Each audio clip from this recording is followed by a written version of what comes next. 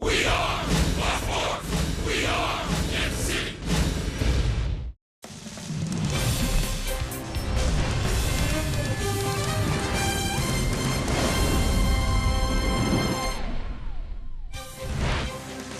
Royals baseball comes to you on a beautiful night in Chicago, Illinois. It's game 2 between the Royals and the White Sox. Chicago won last night 9-3. Hi, everyone. Welcome back to the ballpark with Rex Hudler.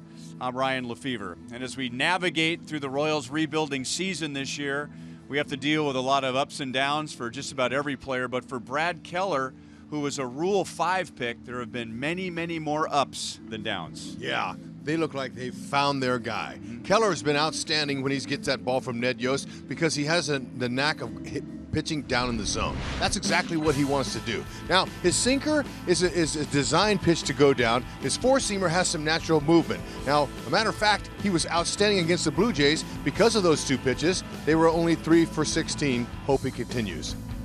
And one key for him and every Royals pitcher tonight, especially here in Chicago, is to keep the ball in the ballpark. And we'll talk more about that when we come back.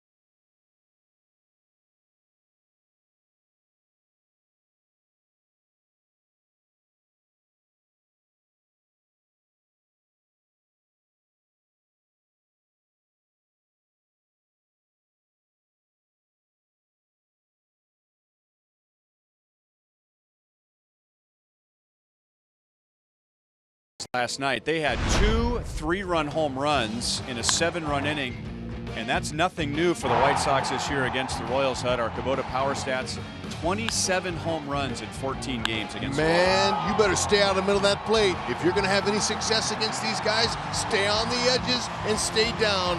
In order for Keller to be stellar, he's got to work down. Going up against Dylan Covey, whose ERA is over 6 this year for Chicago.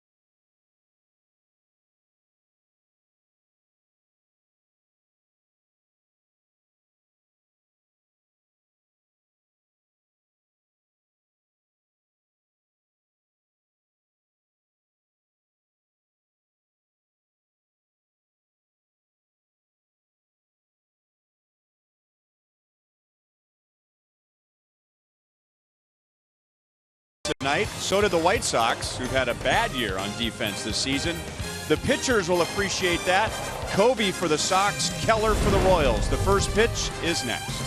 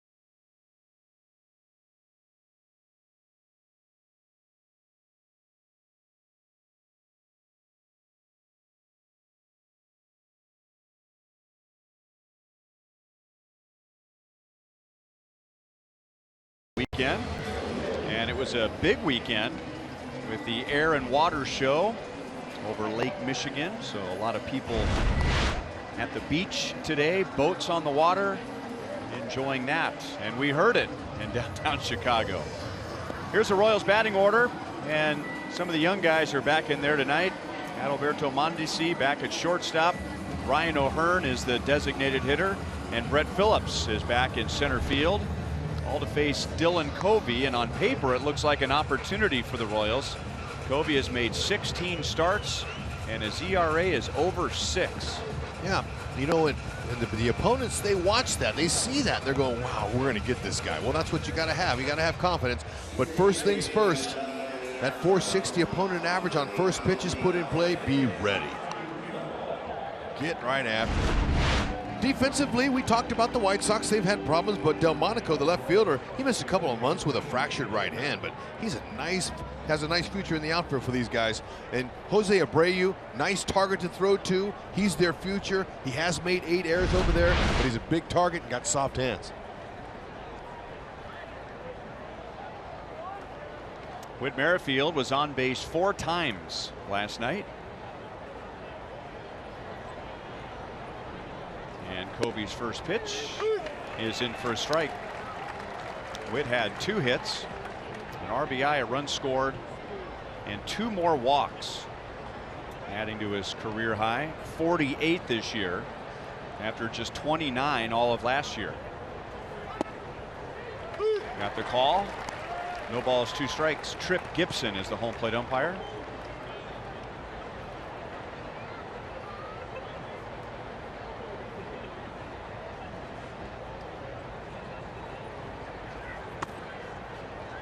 One ball, 2 strikes.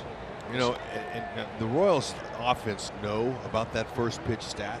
And Whit, we've seen him swinging a lot of them, but he was going bad when he was doing it. He was popping them up. He wasn't having any success, so he decided not to swing in it. But now he's got to come back in there. Let's see if he does. Still 1 ball, 2 strikes. Arcia drive to success. And after a slow beginning to the last homestand, Whit has picked it back up again. He has a 6-game hitting streak. and hitting .455 during that stretch. And another base hit tonight, so it's a 7-game hitting streak. And Whit Merrifield has reached base in all 5 plate appearances of this series. Yeah, he's confident. He didn't need to swing at the first pitch. He says, you know what? I want to see a few pitches. I know exactly what I want to do. Look at the head position. Love that. Look at that. Staying down low right there. That's one of the keys. He's watching that ball all the way on to contact. Really good.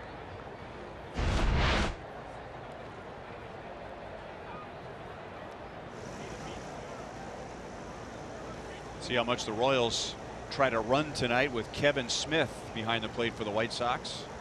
And Whit has a big lead already as Alex Gordon takes a changeup for strike 1.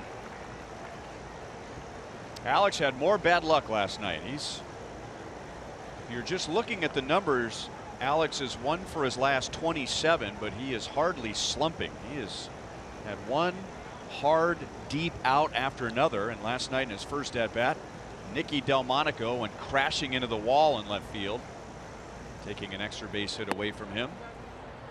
1 ball, 1 strike. He looks really confident. Hitting the ball to all fields. That's right. Alex did drive in one of the 3 runs with a sacrifice fly.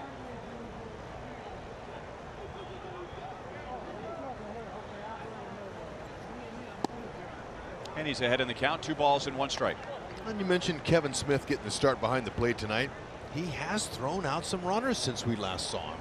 He's thrown out 3 of 33 now. 9%. So he has improved.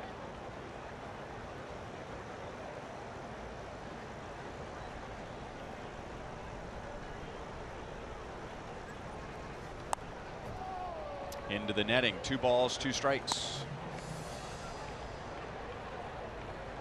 Last night, Whit opened the game with a base hit and tried to steal on Omar Narvaez, and Narvaez threw him out. And that was the Royals' only stolen base attempt. Perfect throw right on the base. Gonna happen sometimes.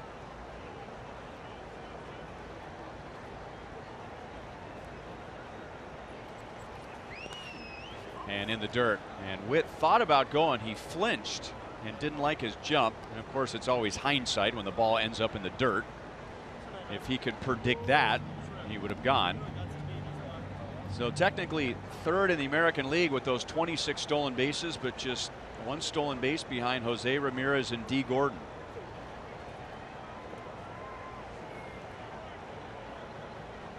And 9 of those stolen bases have come since the All-Star break.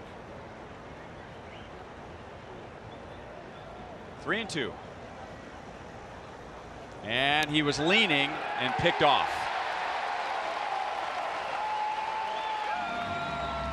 But it's not quite a hit and run on 3-2, but you're a little more cautious on 3-2, aren't you? Yeah, and you know what? He was going to go, but you don't want to get picked off for sure. And 3-2, Alex is going to probably be swinging, but Whit will tell you he got caught. And now it stings even more as Alex takes a walk. And what I mean, you know, in a hit and run, as you pointed out many times, number 1, you don't want to get picked off. Right. The whole point is just to get moving. And it's not quite the same, but it is similar when you're running on a 3-2 pitch. It is. You got to be a little bit of aware. And Kobe, he's a good athlete. He's got good feet, quick feet. Here, he'd already seen a move or 2.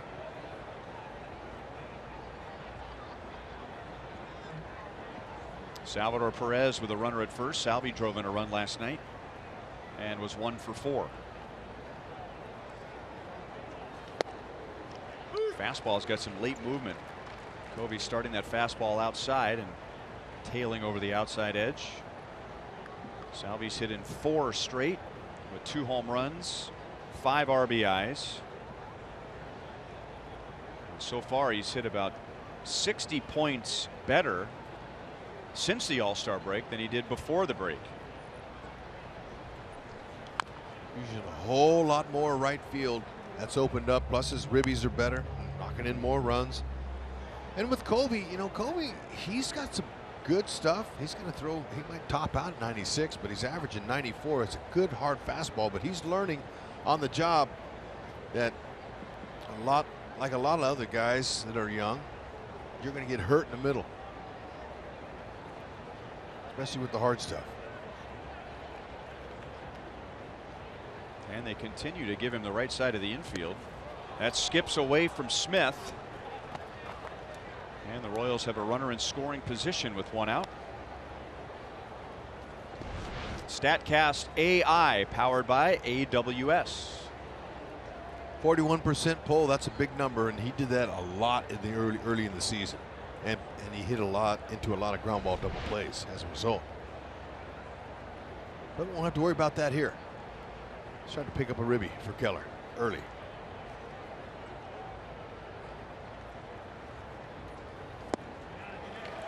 Down he goes. Breaking ball. Covey strikes out his first.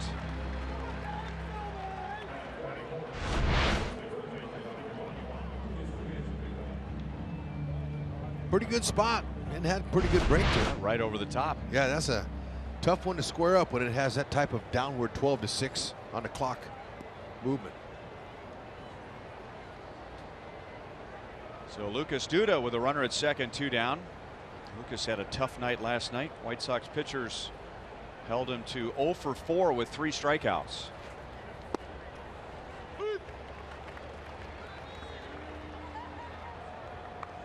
And Duda has been productive since the All-Star break. He's played in 20 games and he's driven in 17. He's also had quite a bit of success this year in the first inning.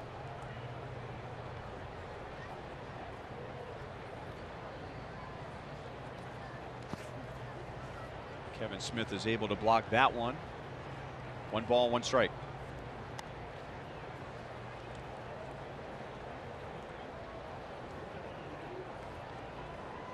Royals last night scored 3 in the 3rd inning. At one point they had a 3-0 lead. But they did not score again against James Shields, Jace Fry, and Tiago Vieira. Chicago would go on to score 9 and win 9-3. Grounded out to Moncada in shallow right, and that's the inning. So Covey gets around the leadoff single and the walk. Brad Keller makes his 14th start and his 3rd against the White Sox tonight.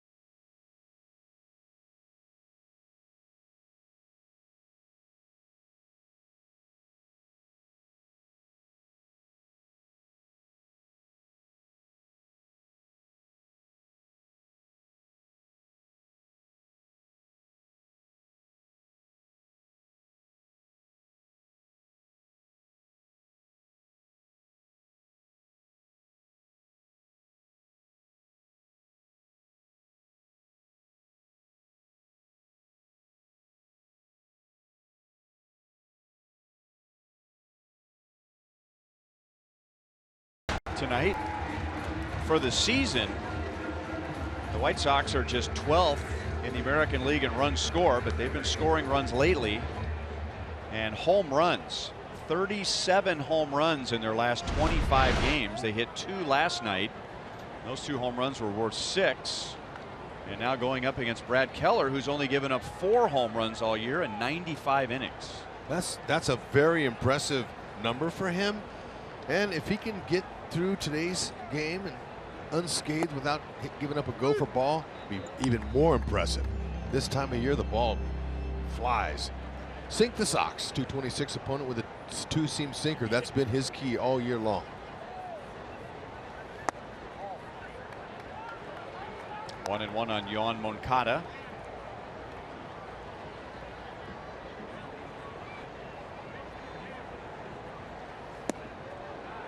One ball, two strikes. Moncada did not strike out last night. He is the major league leader in that category, 172. Well, maybe because last night he wore his glasses for the first time all year long. He got them in the spring and never wore them all year until last night. And he puts them on, doesn't strike out. You wonder about that when you had some vision problems, but he's had them. Among other things, it does help to be able to see the ball. Exactly. At the major league level. So I don't understand that. That's Mondesi over on the right side and gets Moncada one down. Forward around the horn, Royals defense, they can start a new streak tonight. Brett Phillips in center field. Man, he's just played 154 in the third innings this year in the outfield. Already has a +9 defensive run saved. He's got skills. All right, Mondesi and Escobar, Merrifield, those guys be ready. Keller's a ground ball pitcher. We talked about it. He's a worm burner. And that's what they say in the business. Be ready.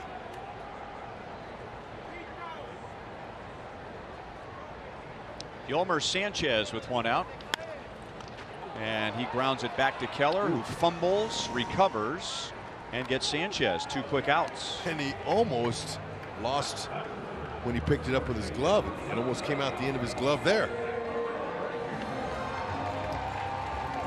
Brad Keller, who would have imagined all this for the Rule 5 pick from the Arizona Diamondbacks? And in our Toyota League leaders, he has the highest ERA of any American League rookie. The only rookie with a lower ERA is in the National League, Jack Flaherty for the Cardinals.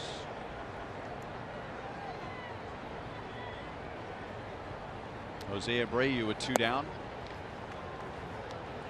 And what keeps coming up with Keller, well, the obvious, he has the pitches to get hitters out, but his ability to adjust and adapt. As a 23-year-old in his first big league season, he is beyond his years.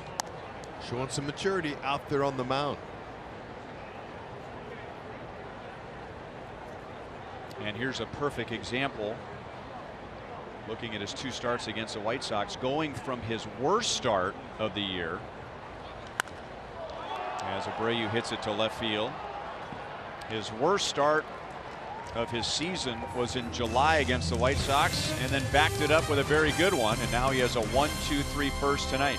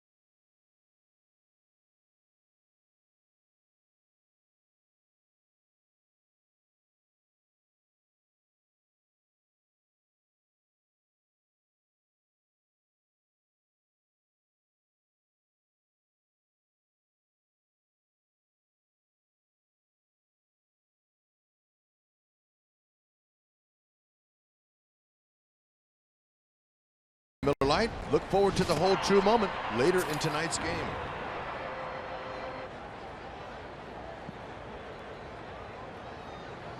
Bonifacio, O'Hearn, and Mondesi in the second inning. And Boney hits it on the ground to the right side.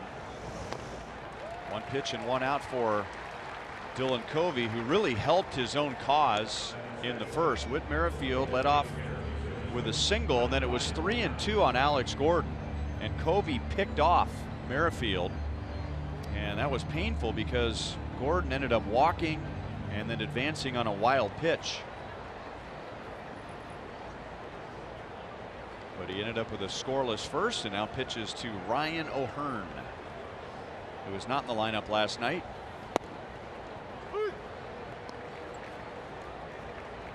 "19 days ago, Ryan O'Hearn was in the same batter's box here for the first time in his big league career, making his debut. And in his second at bat, he hit a home run to right field against James Shields, becoming the third Royal in history to hit a home run in his first big league game. I was surprised he wasn't in there last night, but he'll get a shot tonight. And I love how he's using the whole field. He's a smart hitter. He understands, even this early stage as a rookie hitter, what they're trying to do to him. He's got a good pop to left field. 2-2. The home runs are fun to watch and to think about what his power could be, but I was most impressed by the at-bat that he had on Thursday night against the Blue Jays when he was down in the count, got back in the count, and slapped that base hit to left field, driving in a run. Yeah, it was a ball, looked like it was in too. It was up, but his hands stayed inside of that baseball, and he was hitting that ball that way no matter what.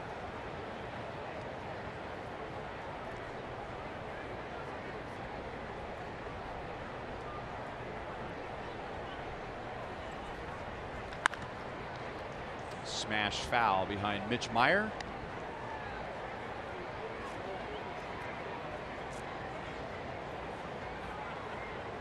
He is hitting .200. However, he's driven in 8 in his first 10 big league games.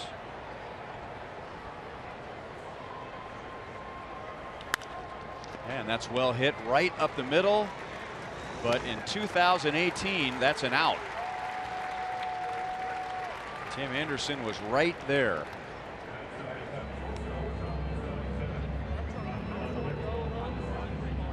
And it's his bobblehead night. Sliding Tim Anderson. The bobblehead does not have him rolling over his left arm as he's sliding into second base. Like he did We've last seen night. him do. I think we've seen him do that more than once. And gets caught. It folds under. He's lucky he hasn't gotten hurt. That's nice to have a bobblehead. Mondesi with 2 down. Like O'Hearn, he was not in the lineup last night.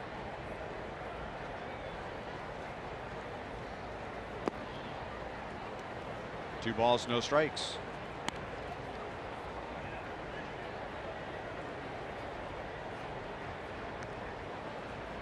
Tuesday night against the Blue Jays, Mondesi had a career game. Really got to display a little bit of everything. Hits, extra base hits, speed. He had 4 hits, 3 stolen bases in that game on Tuesday. Yeah, it definitely was the Mondesi show, and he has that kind of ability. Obviously feeling much more comfortable and has more confidence. He knows he can play. And defensively put on a clinic that night. Covey has good movement on his fastball. That started in, and Mondesi gave up on it. And it tailed over the inside edge.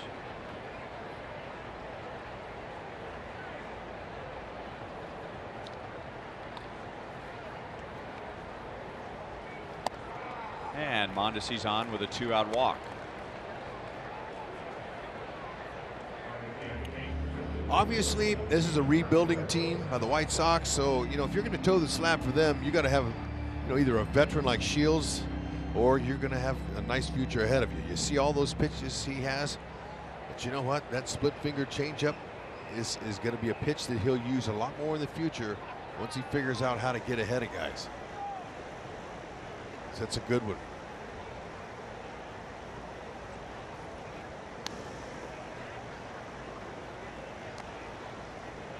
Mondesi is tied for the major league lead with stolen bases since the All-Star break with Trey Turner and Malik Smith and then Whit Merrifield.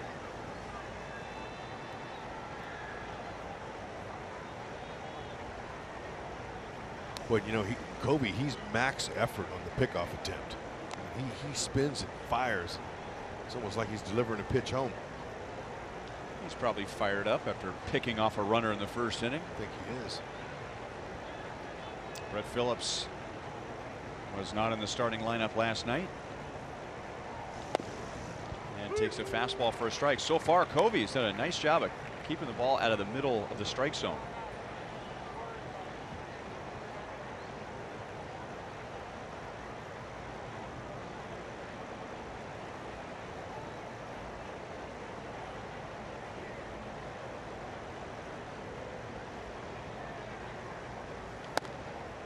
That's upstairs. 1 ball, 1 strike.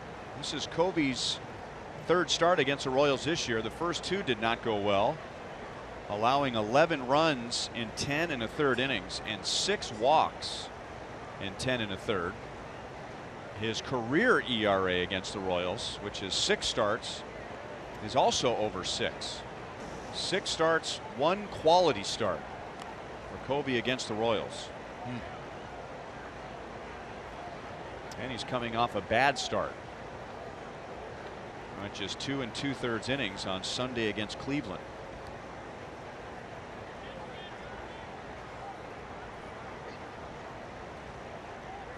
There goes Mondesi and Smith. The throw is late and offline, and Mondesi almost came off the bag, but so did Anderson. He was losing his balance.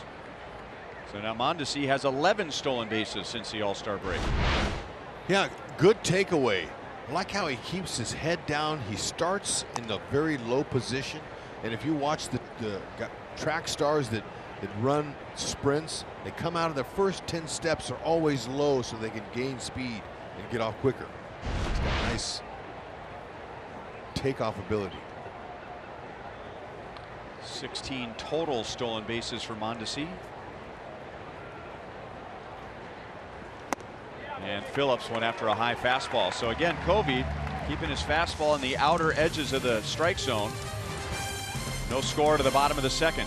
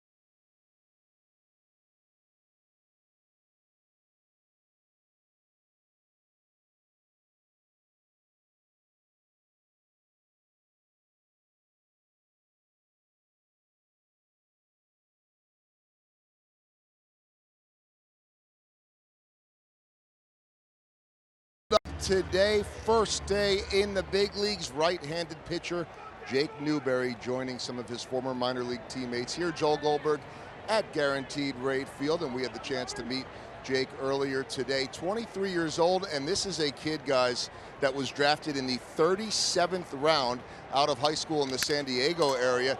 Nice easy play there for Lucas Duda. And he has played at every single level of the Royals system and was putting up absolutely staggering numbers in every single way this year at AA and AAA. He said when he found out last night from Brian Polberg that he was being called up, he didn't believe it. He said he thought he was being messed with, and now here he is. Oh, by the way, he is engaged. They're starting their wedding planning. They sent the save the date out, and now he is in the big leagues. Excited, of course, to be here. Wow. It's a big year. Like it.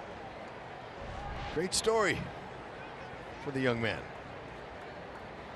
And every time a player like Jake Newberry gets to the big leagues, it helps the entire organization. 37th round pick gets to the big leagues. That has a trickle-down effect on everybody, doesn't it? Sure does. Number 68. 0-2 on Avisail Garcia. I can see him get in there. As Joel pointed out, it took him a while coming up through the minor leagues. There's Garcia down on 3 straight pitches, and Keller has his first strikeout, but the ability to, we were just talking about Keller, adapt and adjust.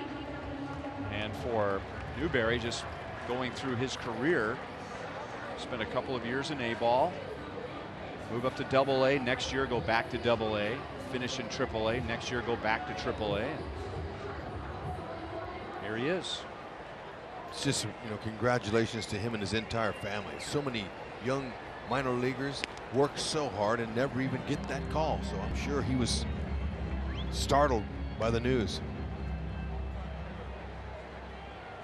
Nicky Delmonico hit a 3-run home run in the White Sox 7-run 7th last night, and he drove in a career high 5.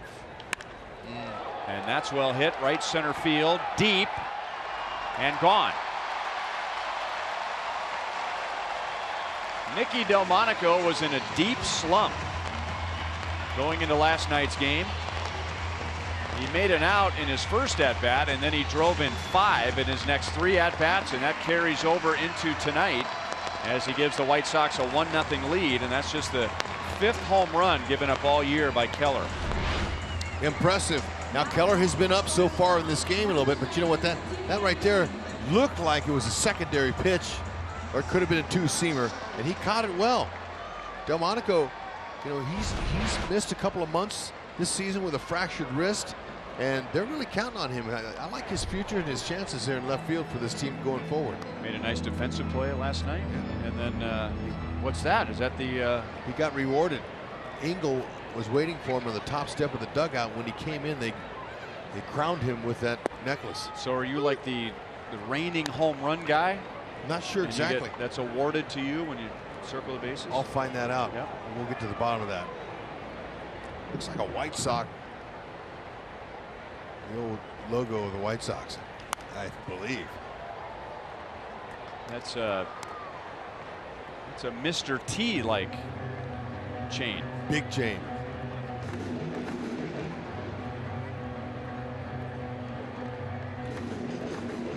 Anyway, that was impressive. He waited on that ball. Had some good downward action. Fouled away by Anderson, still 0-2. So, White Sox have hit 28 home runs in the season series with the Royals. This is game number 15.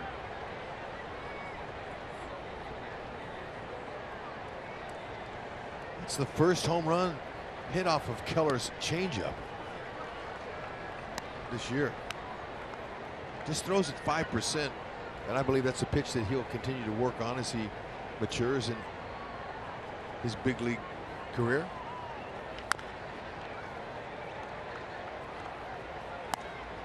How many times, and not just young pitchers, but any pitcher, how many times is a home run followed by a walk because the pitcher is pitching very carefully?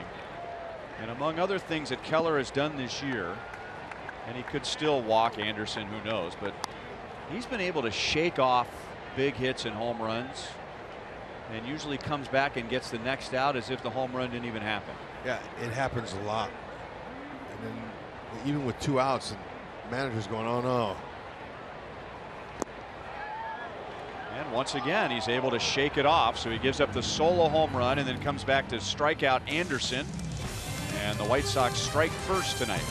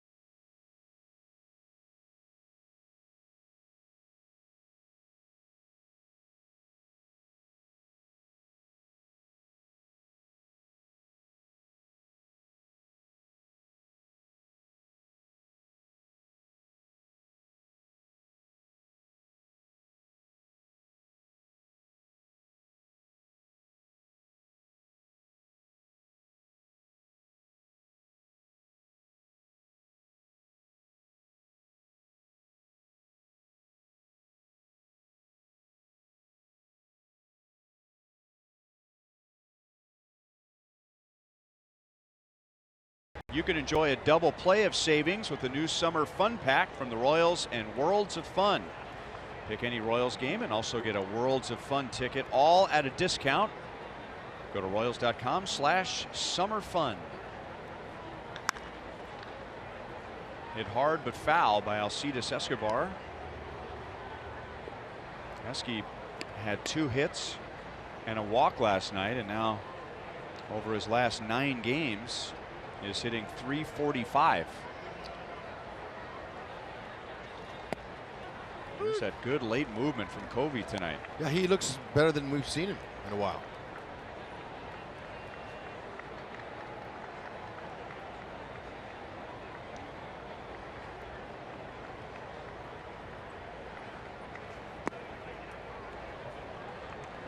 One ball, 2 strikes. And not just a bunch of singles over his last 9 games. His OPS is over 950. And the league average is about 720. Sorry.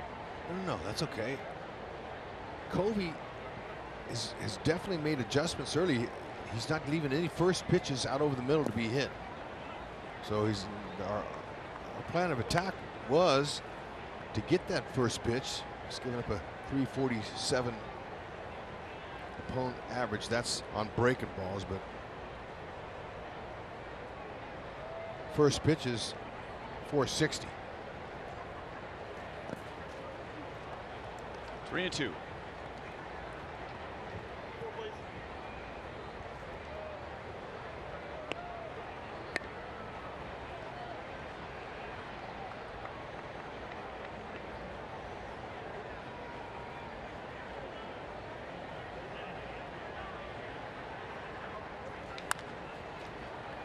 Two hops out to Sanchez at third, and Escobar is out number 1. Now, Covey's off to a good start, and that's nothing new for him. He's pretty good first time through the order, and then trouble arrives. Second and third time through. But he's been sharp first time through tonight. allowed just a leadoff single to Whit Merrifield, and then he picked off Whit, and then ended up working around a couple of walks.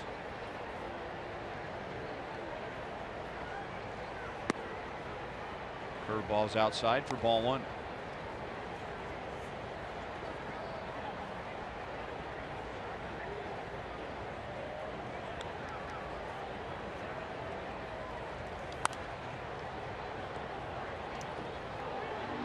One and one.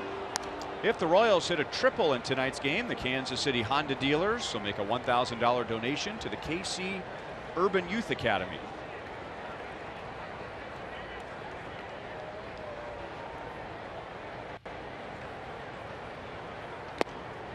One ball, two strikes. Royals have hit 18 triples so far this year, so $18,000 to the academy. Yeah, nice.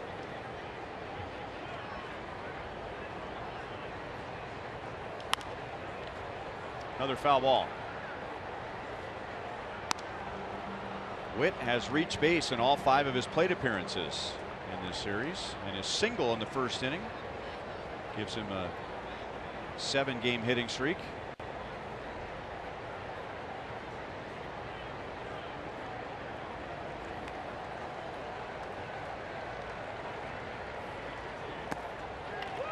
Got him with a breaking ball down and away. Covey has struck out 3. And Whit is out for the first time in the series. There it is. You see that? Well, that's a split change. Yeah, and you know, that's going to be a great pitch for this young man, especially with as hard a fastball as he throws at mid-90s. He really, those 2 pitches, once he gets more confident with that pitch, and I could tell by Whitley walked off slowly. Of course, he didn't want to go, and he was trying to figure out, wow, I haven't seen that one. What that was. Now that almost looked like a forkball grip. And you can see the ball tumble. It comes tumbling in on a forkball grip. A split finger, it's more has fastball spin.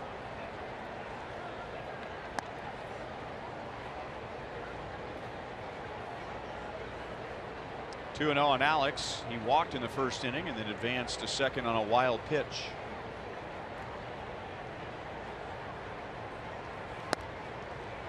Three 3-0. Some teams have adjusted as Alex is starting to spray the ball around the field, not the White Sox.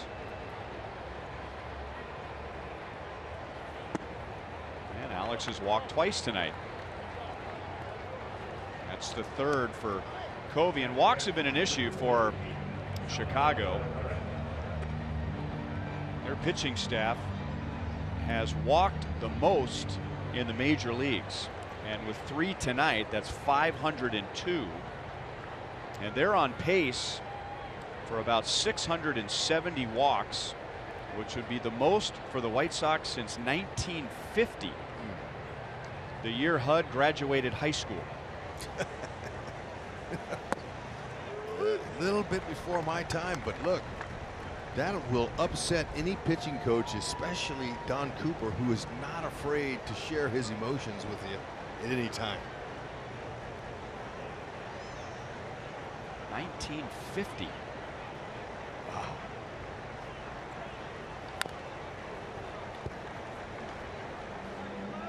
Oh, 0-2 on Salvi. He went down on a curveball in the first inning.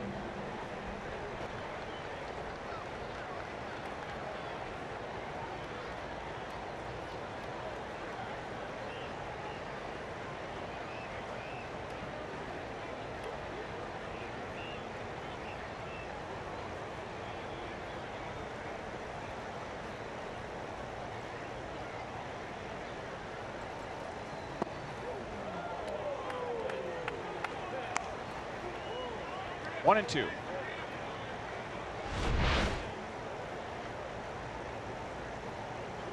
There it is again.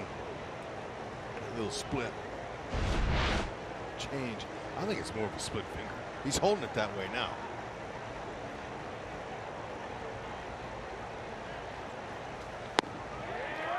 Struck him out again. So Covey has struck out 4 in 3 scoreless innings. Chicago leads 1-0.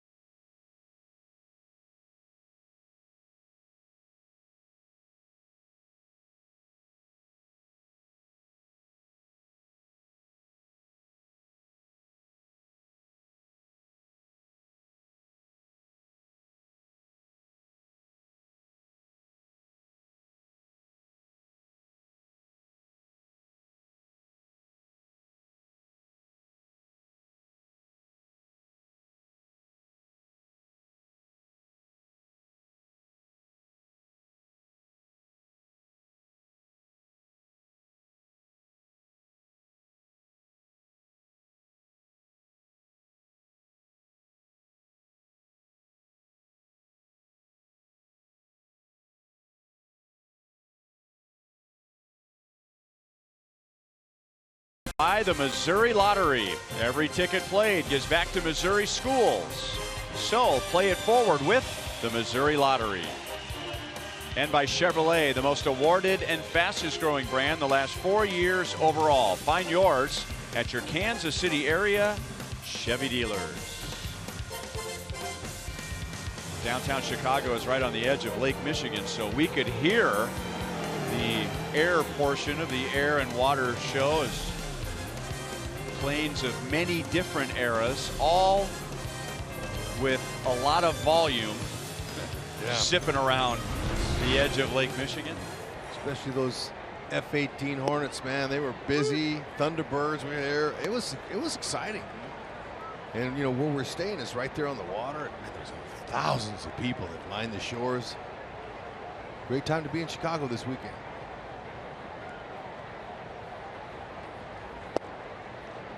Good spot. It's 0-2 on White Sox catcher Kevin Smith. Chicago scored in the second inning on a Nicky Delmonico solo home run. That's outside. 1 ball, 2 strikes.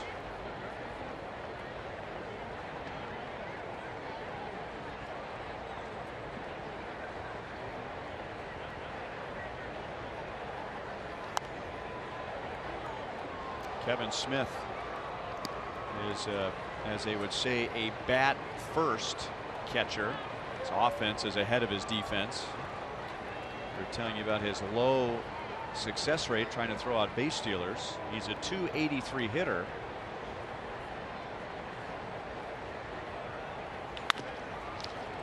And on the ground to Witt, he backs up for a nice hop and throws him out.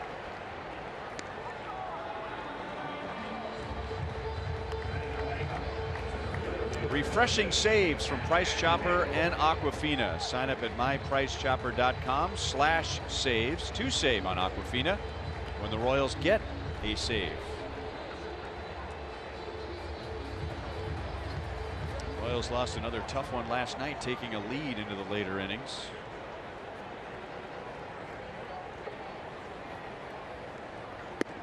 Those are the hardest ones to lose. Every loss is painful, but with the lead in the later innings, and Royals have lost 42 games this year when they've had a lead at one point, and that's the most in the major leagues by 3. Yeah, and you know that can be worked out, and that can be fixed once they figure out who's going to be their pieces in their bullpen.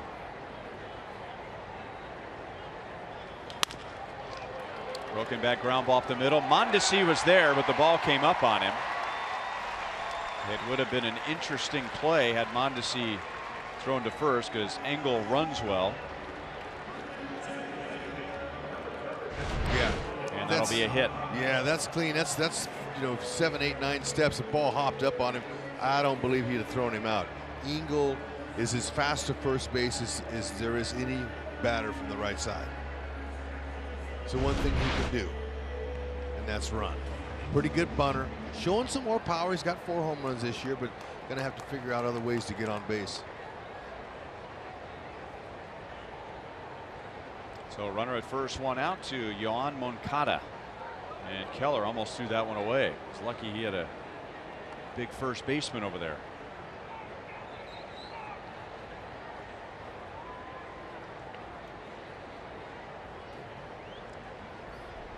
Moncada grounded out to Mondesi in the first inning. Mondesi was on the right side of second base in the first with nobody on, but now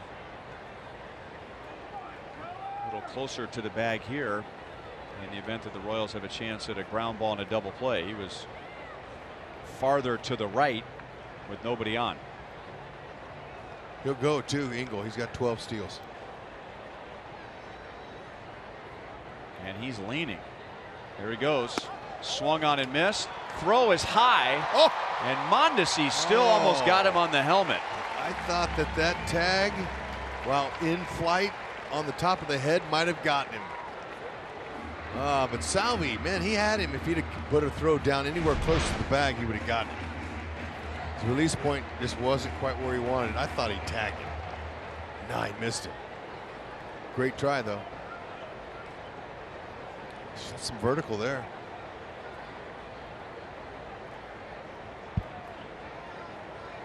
He is fun to watch.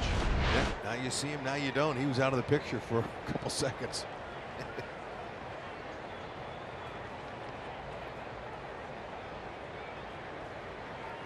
Outside of Moncada.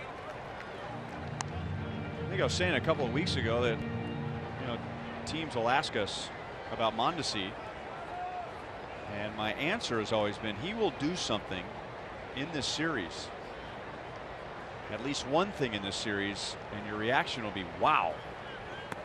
Well, it's getting to a point now where he's doing that every game. It's not just one game in the series, and as we were talking about the other night with the Blue Jays, every now and then you might get 3 or 4 wows in one game. Yeah, you know, this is his 24th start at shortstop, and I'm getting to the point where I look forward. That's the first thing I look for in Ned's lineup every day, if Mondesi's in there. And the next is Rosie, and then Phillips. Those are all action guys, guys that can make stuff happen that are exciting to watch.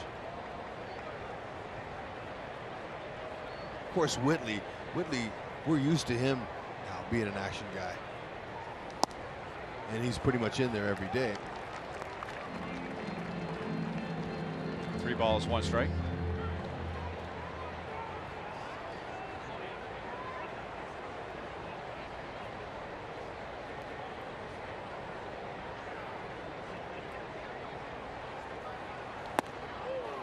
Three balls, 2 strikes. And Joel, we're getting a little closer to Mondesi being an everyday guy.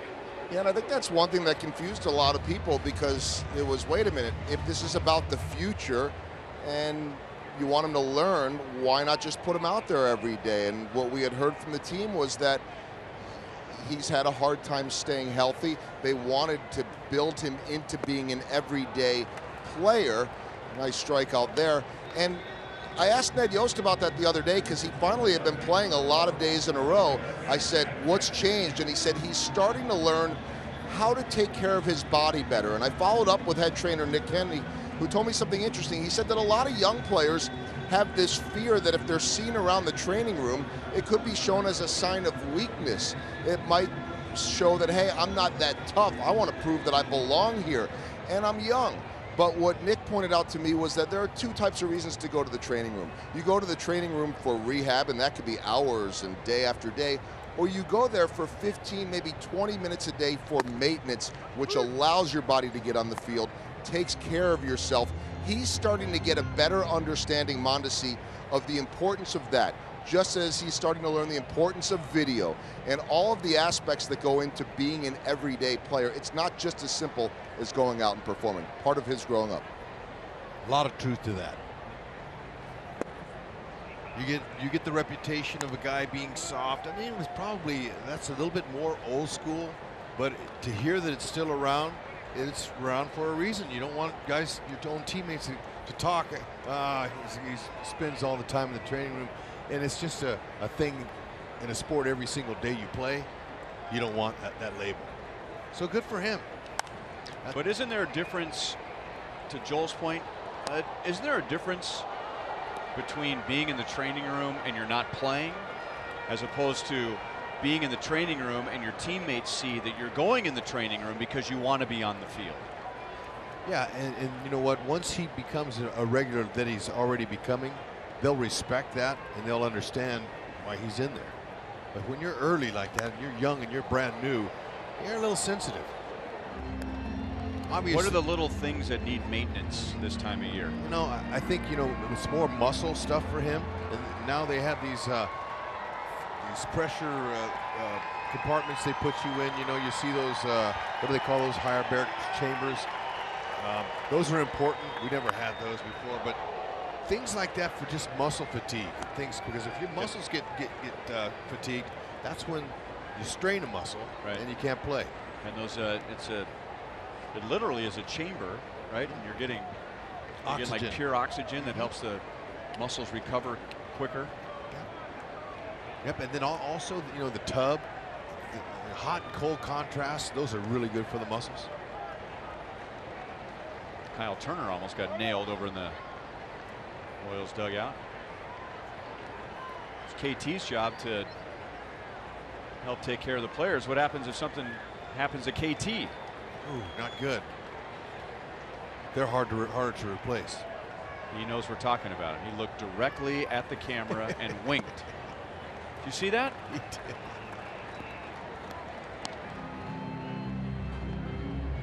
One of our all-stars this year. Wow. Kyle Turner, part of the American League training staff. And he's smart enough to say, you know what? I'm just going to go sit in the back of the dugout with this guy up. Yeah, and you know, sometimes that's a kiss of death right there because you can't see him coming in. One hop to Escobar, and that's in time. So the White Sox are down in the third inning. They lead 1-0.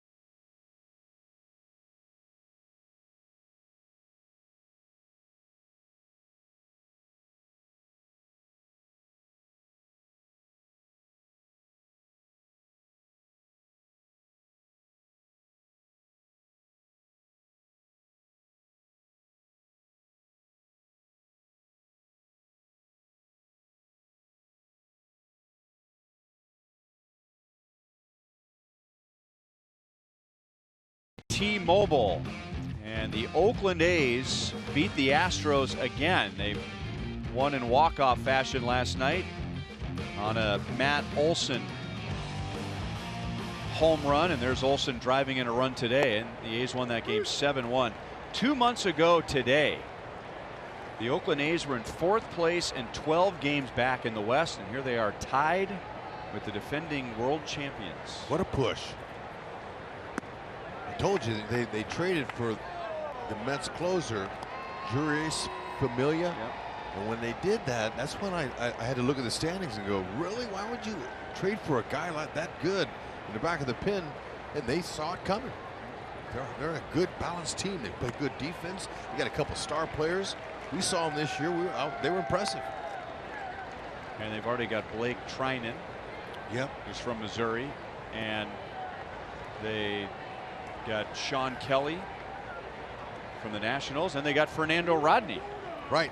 And then you got some star players out there. That kid Olson, Piscotty's playing his best season ever out there in right field. Chapman, the third baseman. And don't forget about Davis. Heck, he gonna hit 40 home runs again this year. They got some action. They got some players.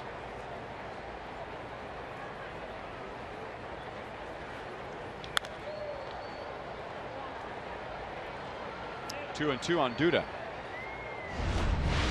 Speaking of contending teams, the Red Sox put Chris Sale on the disabled list again. Second time within a month. Our University of Kansas Health System injury report update, and it's his left shoulder again. They also put their young third baseman Rafael Devers back on the DL a couple of days ago. 10.5 game lead today going in. He had time to recuperate. Yep. That's blasted to the opposite field, but Delmonico is there, backpedaling onto the track. One out in the 4th inning. Dylan Covey has allowed just 1 hit in 3 1/3. He has walked 3.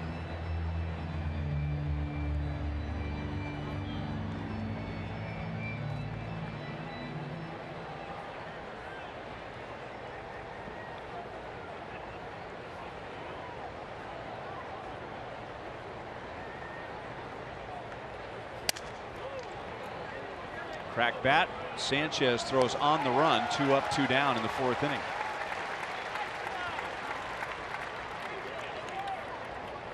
A nice routine play that was. He circled into that ball and got himself in perfect position to make that out.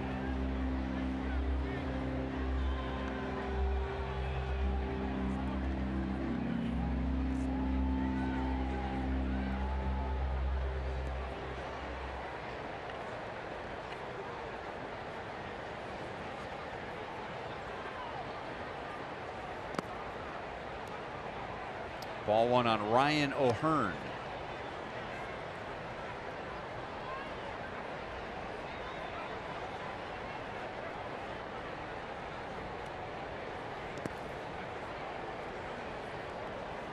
Didn't sound right when I said it. Blake Trinan is from Osage City, Kansas. I said Missouri. Okay. It's all right. Make sure we're keeping people happy on both sides of the state line. That's right. Born in Wichita. Powerful fastball. Yeah. I mean, explosive.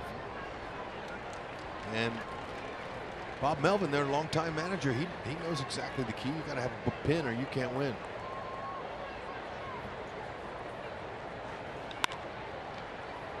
Just foul.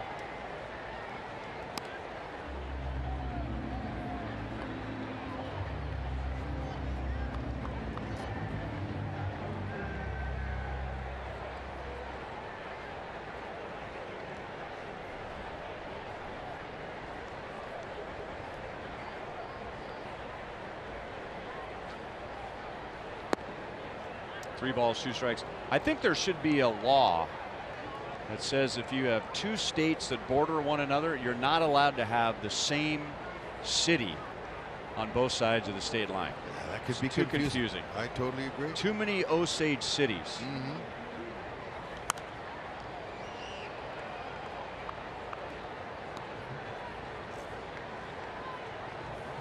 And there's a lot of cities with the same name in Kansas and Missouri.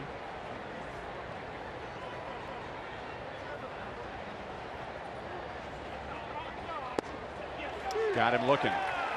So O'Hearn worked another 3-2 count, down on strikes, and now Covey has 4 scoreless innings.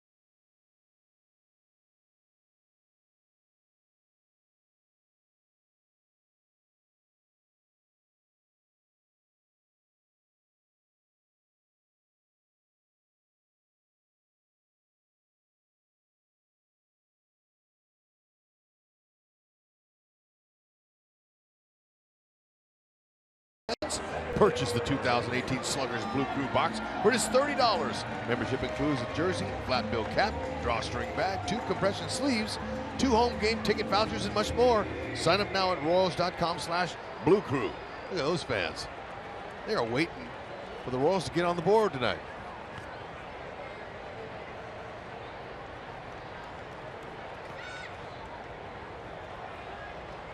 Jose Abreu leads off against Brad Keller.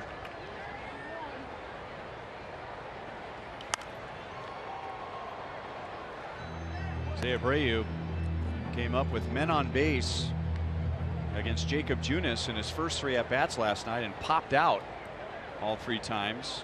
And then when the White Sox really needed him, with 2 on and nobody out in the 7th inning, he delivered with a 3-run home run.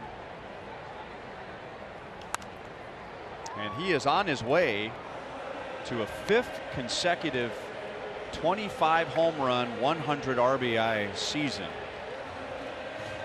He's done it in his first 4 years, joining Albert Pujols and Joe DiMaggio as the only players in Major League history with 4 straight 25 home run, 100 RBI seasons to begin a career.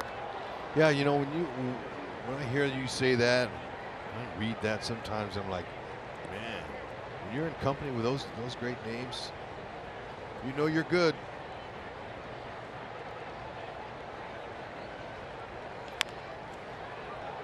Escobar, bare hands, throws, and the ball pops out of Duda's glove. That was a tough play for Lucas, who almost got an out of it. And Abreu's on to begin the 4th. It's also a dangerous play for a first baseman. Sure is. You got to really come off of that base. Now, look at that short hop bare hand. That was a nice play. Duda did it right. He spun. So watch him. He's going to spin. He's not going to try to force that. He's going to go with it. So see, he's going to spin with it to not have any friction there trying to go the other way. That's how you break your wrist. We've seen that a lot. And he's been a first baseman for a long time, and he knows. Got to roll with it. Upstairs to Daniel Palka. Some guys will catch it and they'll keep moving forward, and that's what hyperextend your elbow. Yeah, but Duda turned nicely. He just went with it.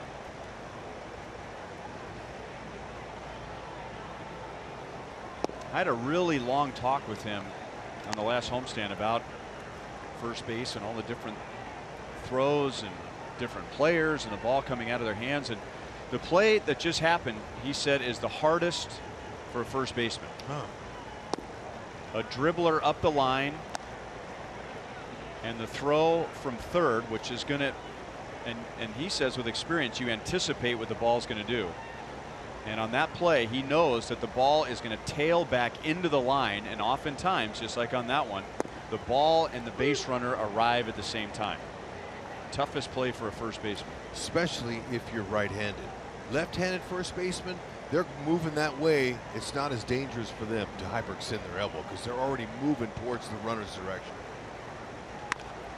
Daniel Palka gets another hit against the Royals. Abreu makes the turn and heads to third, and Bonifacio plays it to second base, and the White Sox have runners at first and third and nobody out. Palka got it through the overshift. Yeah, Palka, well, you know, that's a big breaking ball there in 84, and it was okay. I mean, it finished down low is the reason why it stayed in the ballpark. Palka's a powerful guy. If you hang that on him, it's going to be a 2-run homer. Pro Lottery replay showed you the hustle of Abreu and how well-rounded he is.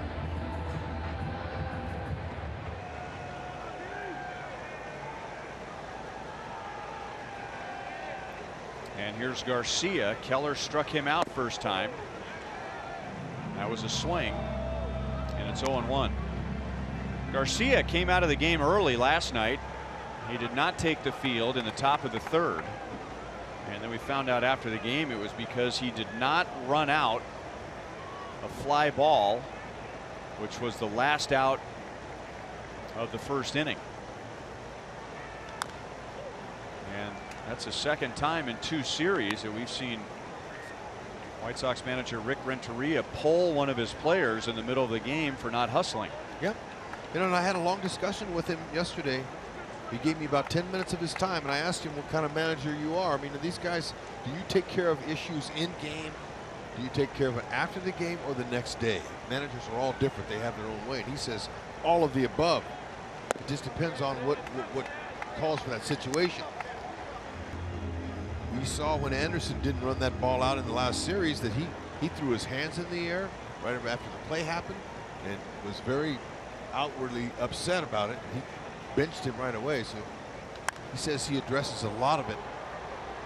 Not before the guy's going up to hit, but at some point in the game, he'll go up and say, hey, look, I didn't like how you did that.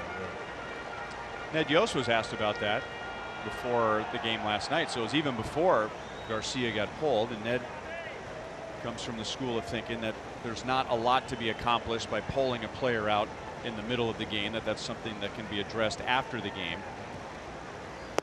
And that while it's not acceptable over the course of 6 months and the roller coaster ride emotionally during the baseball season, sometimes a guy's going to get frustrated and he's not going to run the ball out. It's not okay, but they're human.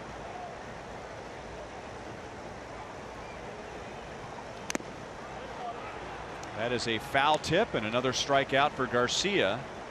Keller has struck out 4. Hey, that's a big strikeout there. And that's well located. Look at how he's on the top of that ball. He's not on the side of it. His fingers are on the top. It's allowing it to go down. When you're on the side of the ball, it stays flat and the lateral movement gets hit up here. That downward action was really proper there for that strikeout. Now he can roll a pair. That's what he likes to do. Nicky Delmonico has driven in at least 1 run in his last 4 at-bats.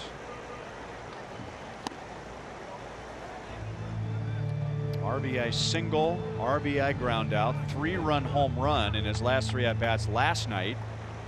And then he hit a solo home run in the 2nd inning tonight.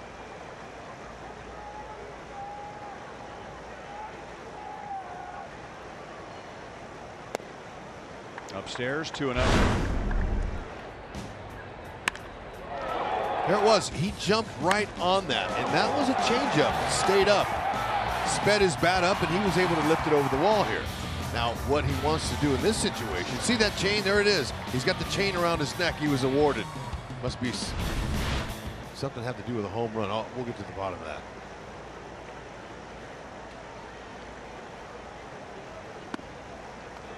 Pitching him carefully. 3 balls, no strikes. Keller has induced 16 ground ball double plays this season. He's tied with Brian Flynn for most in the majors among pitchers yet to reach 100 innings this season. So impressive. I don't know if he'll get back in there. Yeah, Delmonico swing 3-0. He's hot. But good spot, kept it away. But he's got to get that ball down with his 2-seamer. That's his ground ball double play pitch.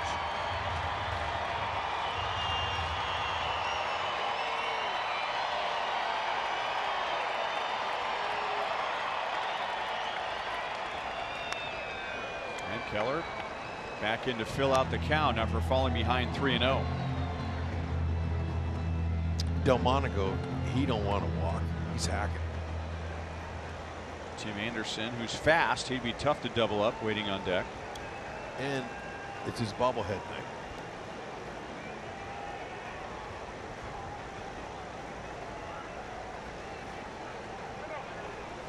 Hud had mentioned Delmonico being out with a broken hand. It was his right hand.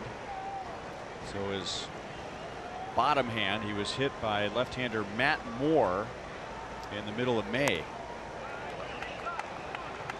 You brought up many times that when a hitter doesn't have his wrists or his hands at 100%, and I guess even, you know, a thumb or a wrecked finger, hitter's not going to be the same. No, you're in trouble.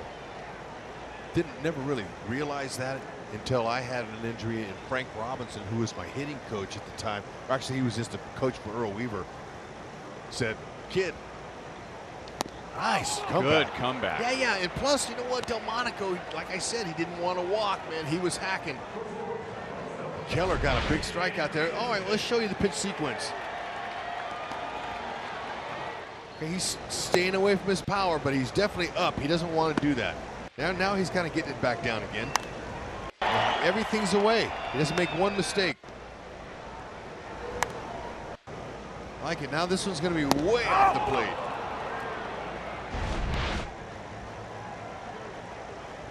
Anyway, Frank Robinson, young man, if you don't have your hands as a ball player, you're in trouble. You better get it fixed.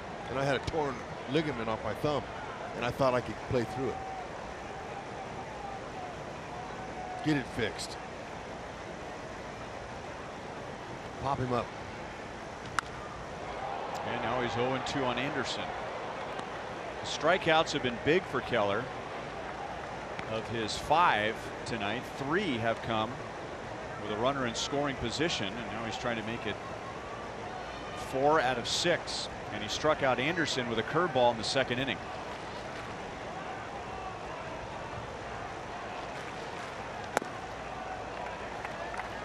One and 2. You can get Anderson to strike out. He struck out more. He's got 1 tonight, so he's got 112 on the season. Too much for a shortstop of his ability. Just got a piece of it. That's his bobblehead we just showed you that they're giving away tonight.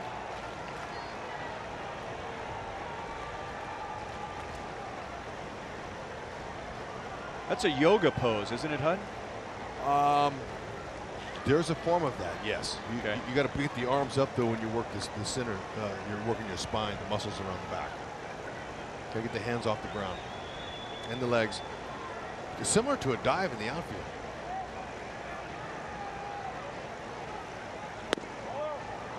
Just outside with a slider. 2-2.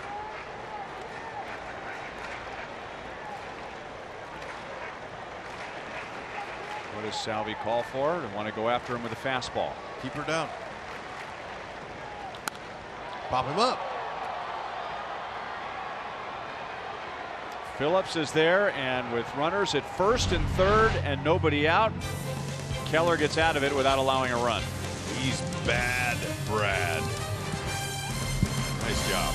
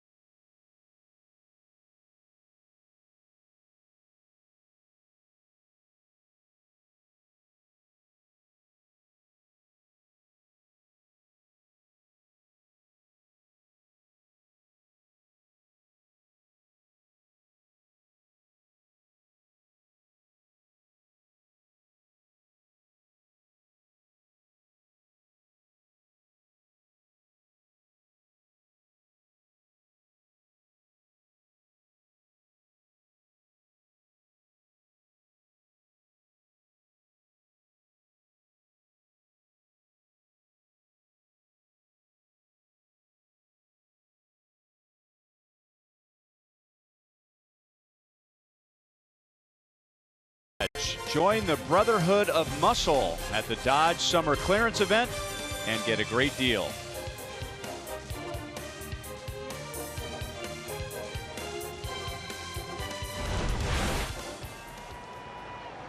1-0 White Sox to the 5th. This would be a good guy to get on base. Mondesi Leading off the 5th inning, back in the 2nd, he walked and stole second base. He'll be followed by Phillips and Escobar. The Royals have 1 hit in the first 4 innings. And Mondesi cracked his bat, and Anderson got a little careless with that throw. And he's fortunate that the wild throw led Abreu right into Mondesi for a tag. Well, that's what speed does. It pressures defenses. Even though this was a routine 1, 2, 3 hopper, Anderson had to get his feet ready, alter his throw, and look at Abreu. See how he spun? He spun and went with it too. He's another right-handed first baseman, and he was able to make the adjustment. Anderson has 15 errors this year.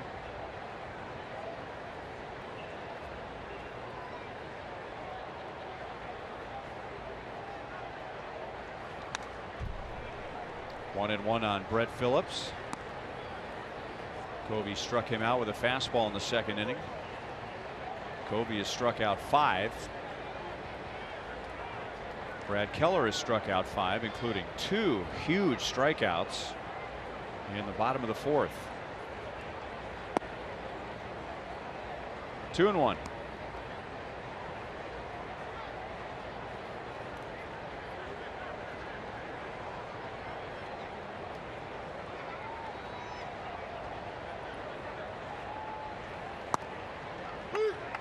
Two and two.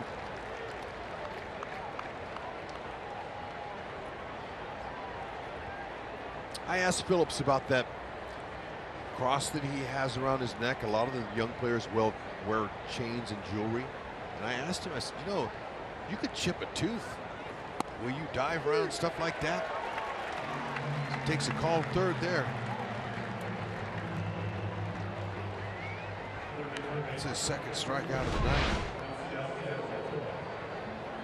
And he told me that he hooks that chain around his button so it doesn't flop around on him. That looked up, and he tried to lay off and a little bit too much at the plate.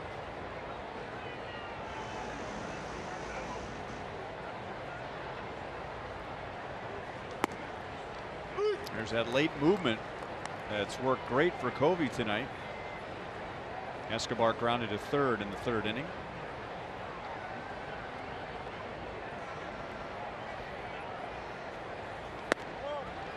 That one didn't quite get the outside edge. 1-1.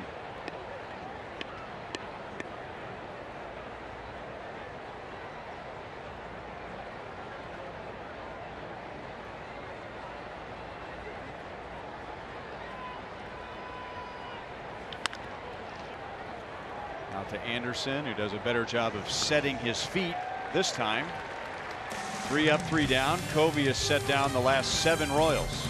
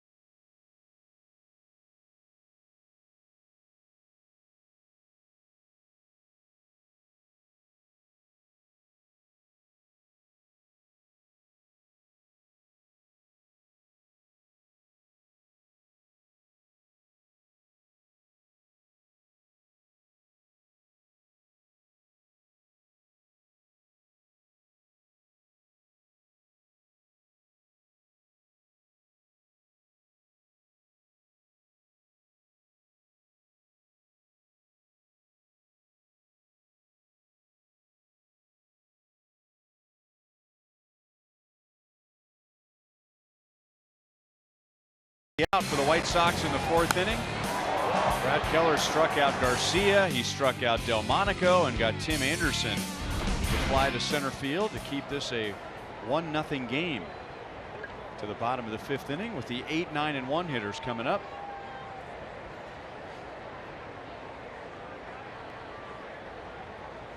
Man, he's doing his job. There's no question.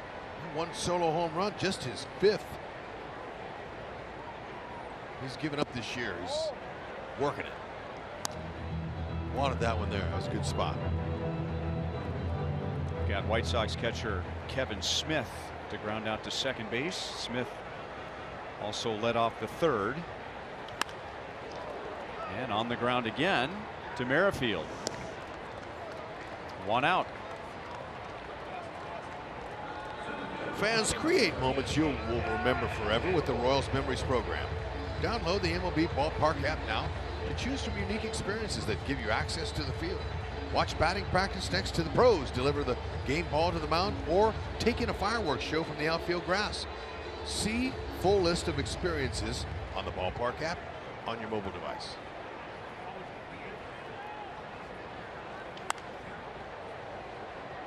Engel fouls it away. He had an infield single in the 3rd inning and a stolen base.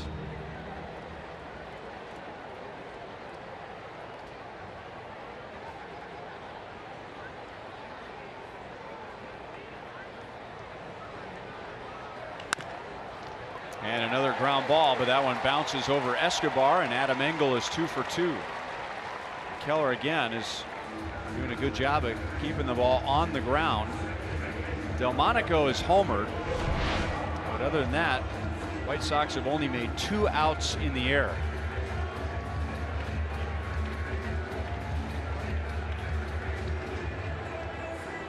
All had eyes on it. He'll be looking to run again. Salvi can get him with a throw on the first base side of the bag down low.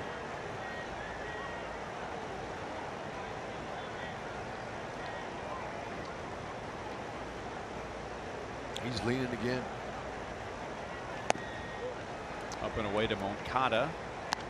He is grounded out and struck out, and that strikeout was number 173 to lead the major leagues.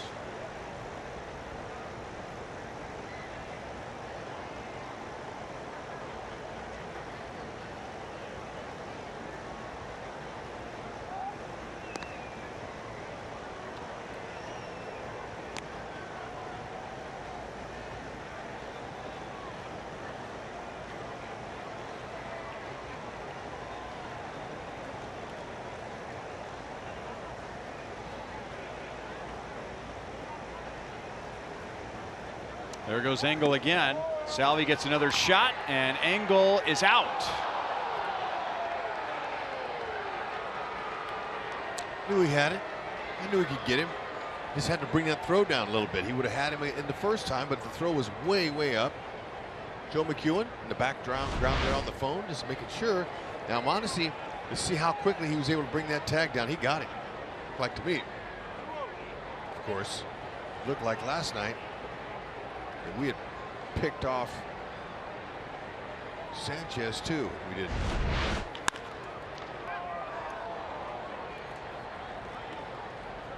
Look at that officer, had good fielding for him right there. See the touch with the knee?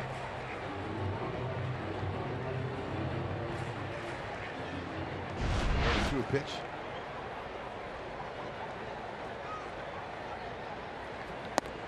Yeah, the challenge that didn't go the Royals' way last night, they measured Sanchez's fingers after the game, and he has 13-inch fingers. He has to, because we saw him out.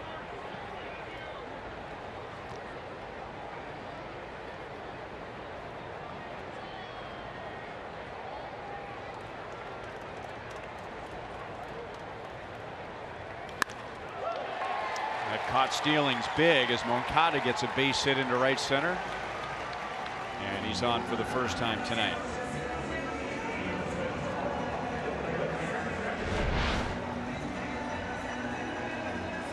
There's one center cut, 94.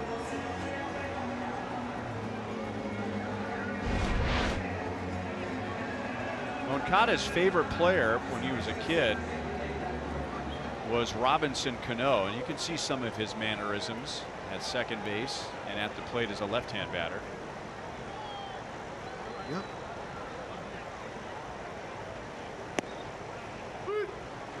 He named his only son Robinson.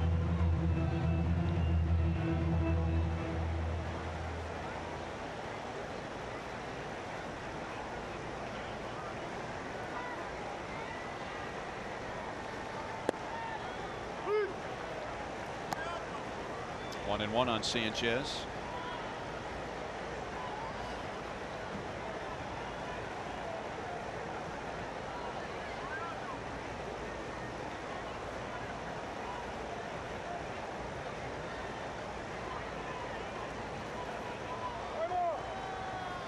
Timeout had been called. Yeah, go ahead and finish the pitch just like he did. Keep you away from any injuries. Stopping in the middle of the windup like that.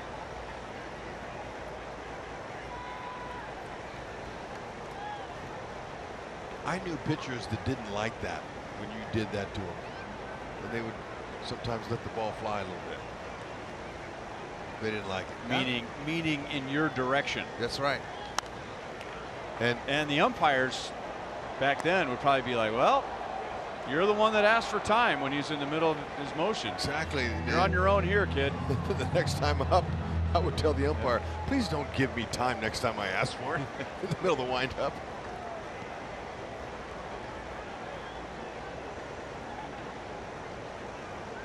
He wants to get him up in the zone. Yeah. Keller, though, man, you know what a nice find he's been. 6'5", 230. Those guys don't grow on trees like that. Well scouted, great job by the Royals organization to pick a guy like this in Rule 5. Because he definitely has been one of the bright spots of the year. And when you take a risk, and it's a risk for a kid to go from Double-A to the big leagues, sometimes they're going from A-ball to the big leagues. You have to have a pretty strong feeling that he'll be able to handle that jump, but you never know until they get on the mound. Boy, the Royals were right with Brad Keller. He just, the numbers may not show it in every single start. And we already showed you that his ERA is the best in the American League among rookies, second best in the major leagues, but he just does little things every game where you can tell he's getting better. And it's just composure, ability to bounce back. I've always been a tempo guy myself. I like pitchers that, maybe it was because I was a defender as an infielder a lot in my career, and it's nice to play behind guys that get the ball and get up there and pitch it and throw it and just keep the rhythm going. You're always into it. That means I'm a little bit sharper for you defensively, especially being a ground ball pitcher. You're going to get better at results from your infielders. Did he go? I mean, it's an uncomfortable feeling for a hitter when you look on the mound and the guy can't wait to make another pitch to you. Yeah. Right? Right. You're like, get in the box. I can't wait to make another pitch to you.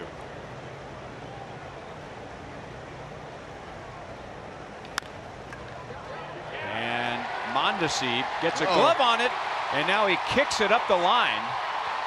And that'll be an extra base for both Moncada going to third and Sanchez to second.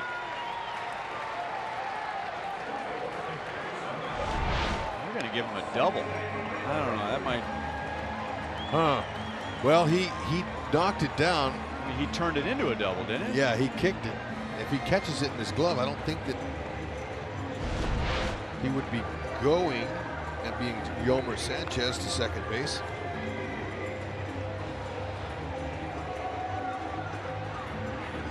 So for now, it's a double. A double to short. Cal Eldred's going to go out, have a chat before pitching to Abreu, which is a good idea. There's an open base. So What are the Royals going to do with Abreu? After him, Palka. Both have had good years against the Royals this year. You're talking about the third and fourth hitters coming up. Well, I think you're almost better off taking your chances against Abreu than Palka. Palka, he's a very dangerous hitter to me.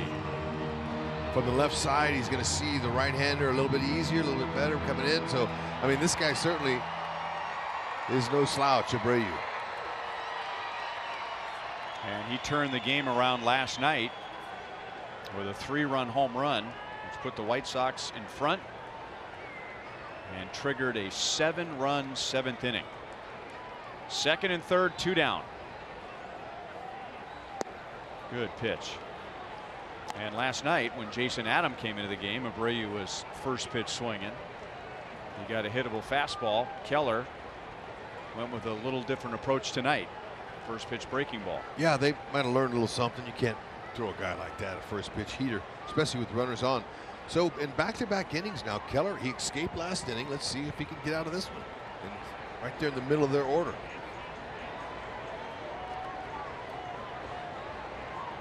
There are 2 outs.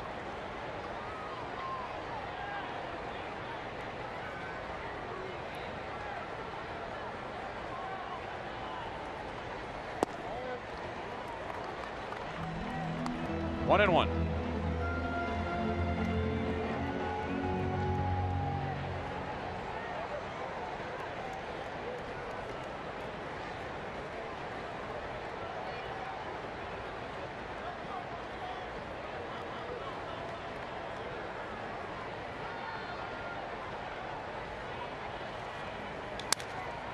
Cracked his bat. Mondesi has time and throws him out. So Keller does it again. And the White Sox have stranded 5. In the first 5, they lead 1-0.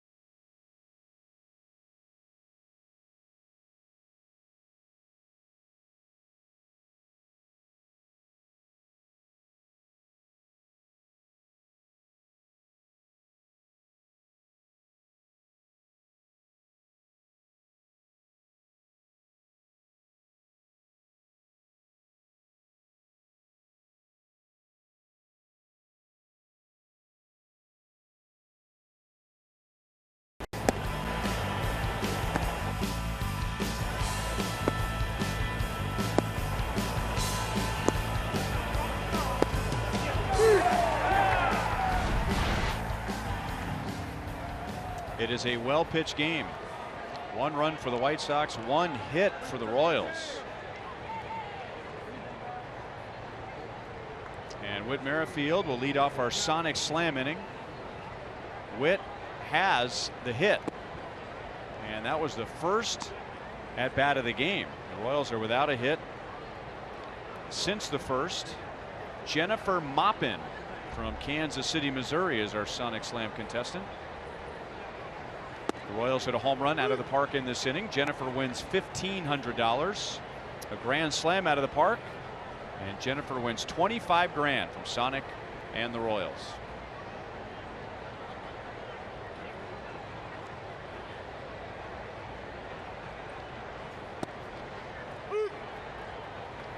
One ball, 2 strikes. All right, our sprint trivia question. Name the 3 active players with multiple 150 hit, 30 stolen base seasons since 2014. And Witt's got a chance to, very good chance to join that list. He is 10 hits shy of 150, 4 stolen bases shy of 30. Since 2014, 3 active players have had more than 150 hits and more than 30 stolen bases.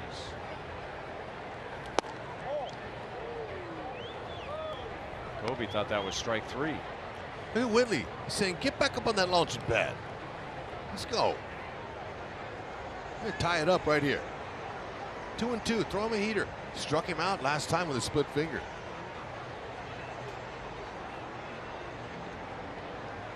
Altuve. That's what I was thinking. Let's just go right away. Jose Altuve. That's right. How about Mookie Betts? Just a name. All right. Pretty good name. Is that a guess or a write down? That's a write down. Okay.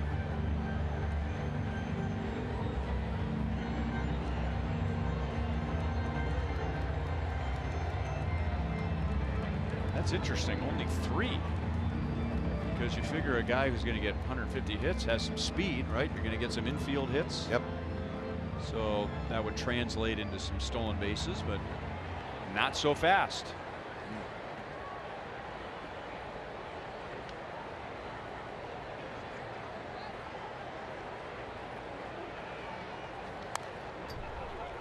Lindor. Okay. Duly noted. Thank you.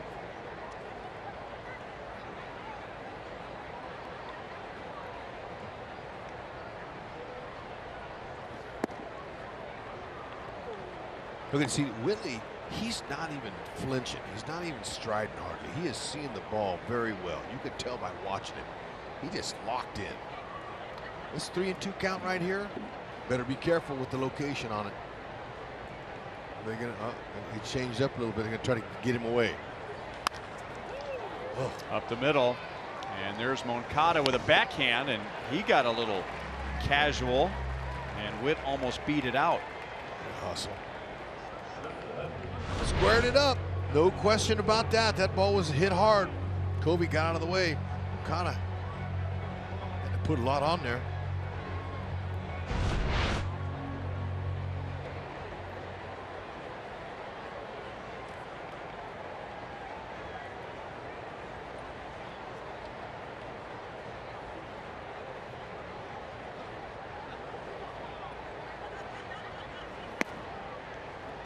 Ball 1 on Alex Gordon. Mike Trout.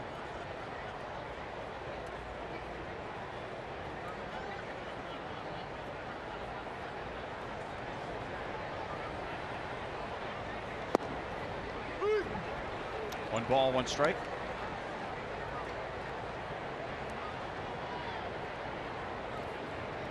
Brian Flynn is warming up in the Royals bullpen. Ah. Sorry, got excited. Why? Gone. Sweet. I liked it. He golfed it.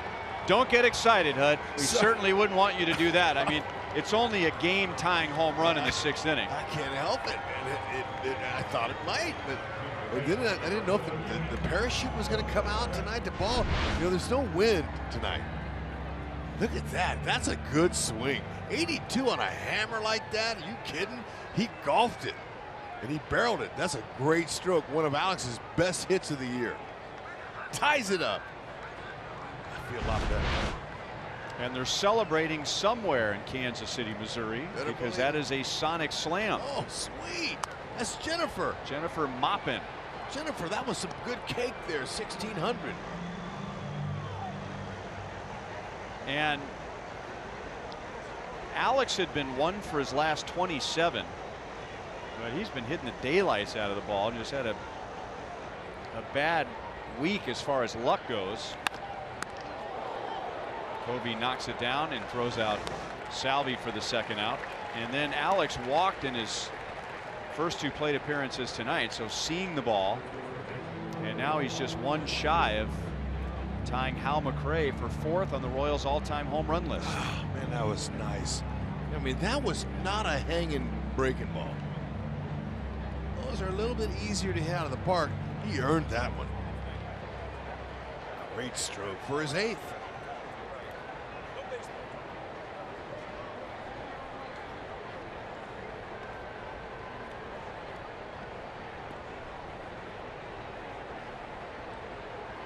Two outs, and now Lucas Duda, who nearly homered his last time up. He flied to the track in left field. Hud, what about D. Gordon? 150 hits, 30 stolen bases. I know he's got the bags. Well, one year, wasn't it last year? He had 200 hits. Put him down.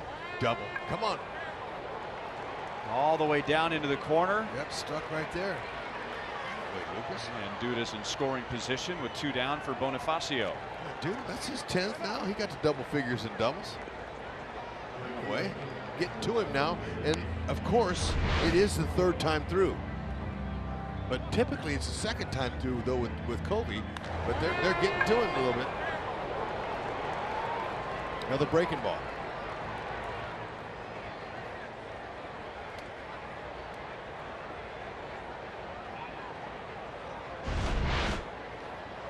Bonifacio's only home run this season came here. 330, about 335. It was a high fly ball down the left field line, stayed fair and went over the fence barely.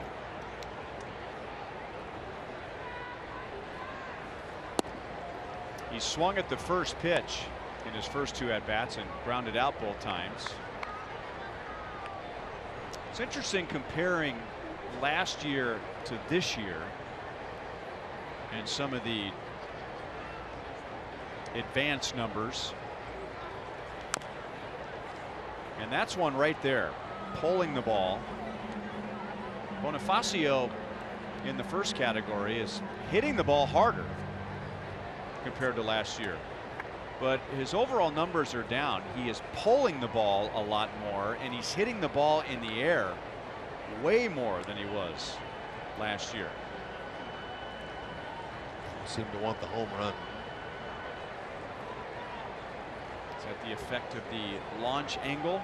And or it could also be the effect of a young player trying to make up for missing the first half of the season. I'm going with the latter, just like that. He's really trying to make up stuff, and you know, and power is impressive.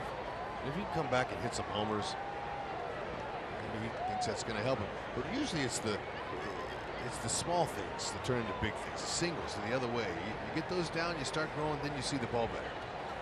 Ooh. And it doesn't help to go after a pitch like that. 1 ball, 2 strikes.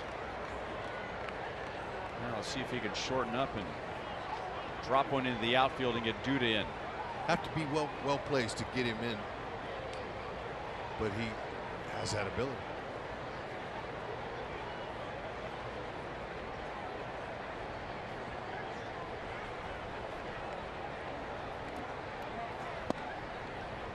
Two balls, 2 strikes.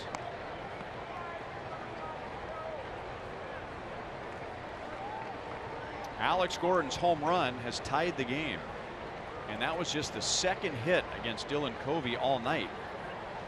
And then with 2 outs, Duda has doubled, and now Covey's got to unleash his 99th pitch. And Bonifacio pulls it foul.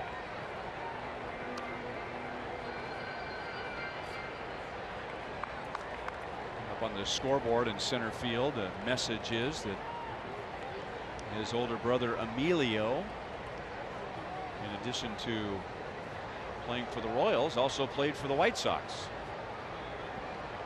Yeah, Emilio, nice player, good athleticism. Yeah. Outfielder, infielder, yep. Switch hitter.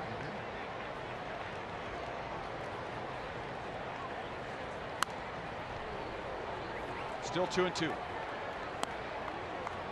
So we have Mike Trout, Francisco Lindor, Mookie Betts, D. Gordon. Which one do you like out of those? hard to go against Trout. Trout's got the hits and probably the bags. Since 14, though, he started picking up the steals again in the last few years. Because when he started, he had some stolen bases, and then they started to decline, and then he started stealing again. And how many 30? We're talking about 30 or more. A year? Yes. Take Lindor off that. He's not 30 yet. Now, Ramirez is. Jose Ramirez. Could Jose Ramirez be on there? Only the guys in the truck know.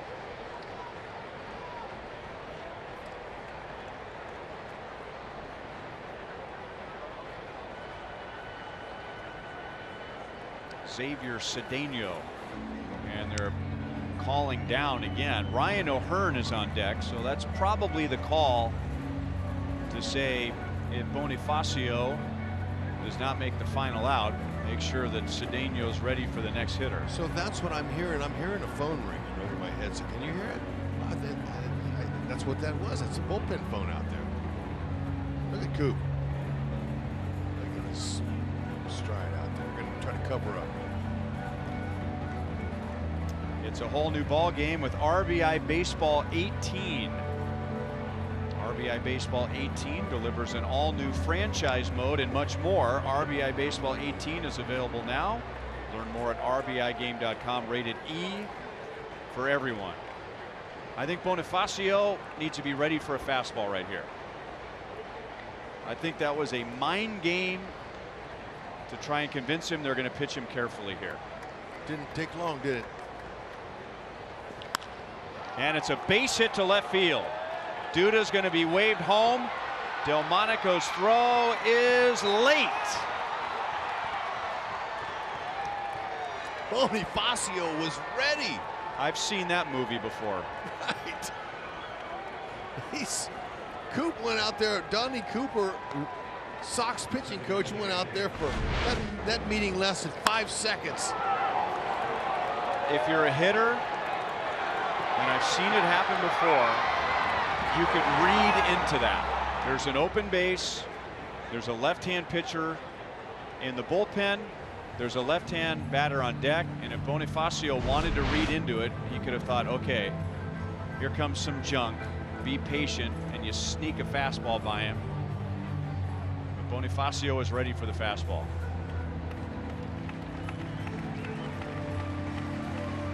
So it's Cedeno.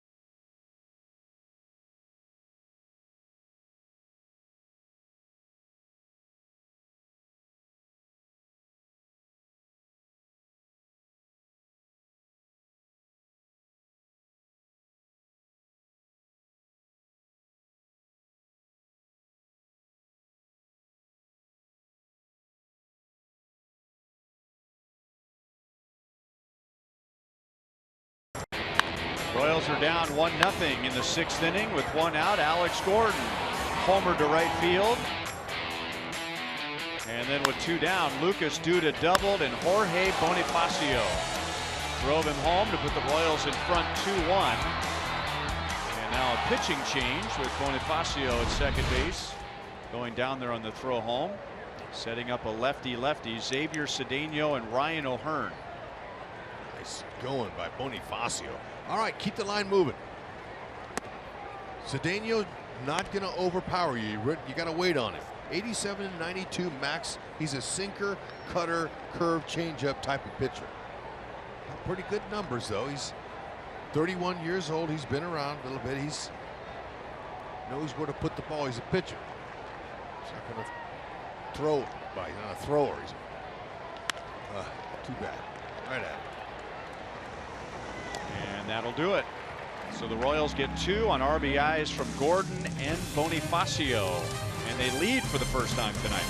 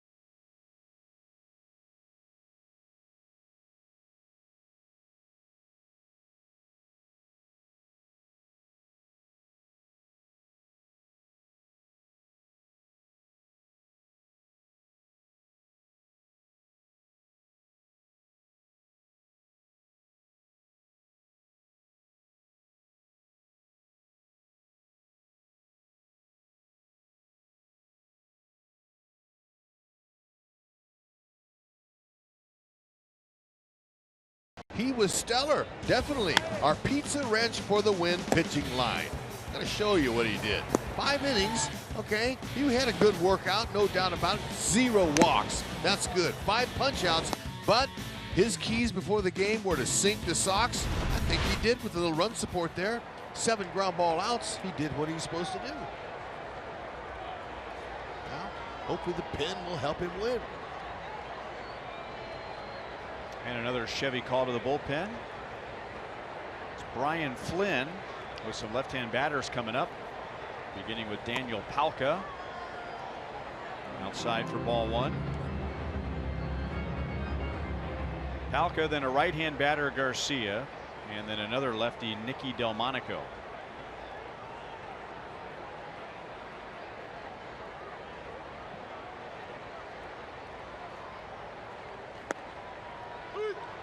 One and one. Palka is singled and grounded out to first.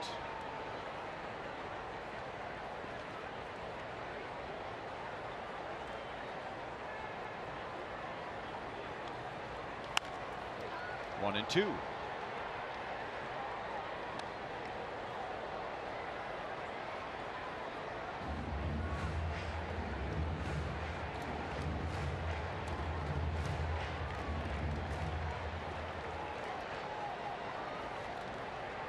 Flynn, he likes to stay under their bats. Won't with that one there, but he's a hard sinker, slider, curve, change. Got all 4. Attack the bottom of the zone, especially with Polka. Even though Polka, you know, he's 234 hitter with a couple of home runs against lefties this season. He's got power. Not now. That ball is by him. One down to Garcia. Fox Sports Kansas City, KZJF FM, and Mediacom are bringing Columbia and Jeff City's best fans to Kauffman Stadium on the Rays Royal Fan Express on August 25th. For more information, go to royals.com/fan. Fan Express, and that'll be the Royals and the Indians on the next homestand. The Royals have another nice long homestand coming up beginning next Friday. The Indians, the Tigers, and the Orioles. After 2 strikeouts, Garcia swings at the first pitch and lines it right to Phillips. And there are 2 down in the 6th inning, and now Flynn gets another left-hand batter.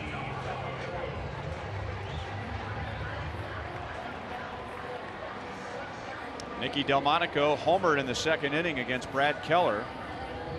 For Keller, by the way, that's 2 straight starts where he's given up a solo home run and nothing else. On Monday against the Blue Jays, he allowed a home run to the 2nd batter he faced, and then no runs after that. Tonight, a solo home run in the 2nd and no other runs.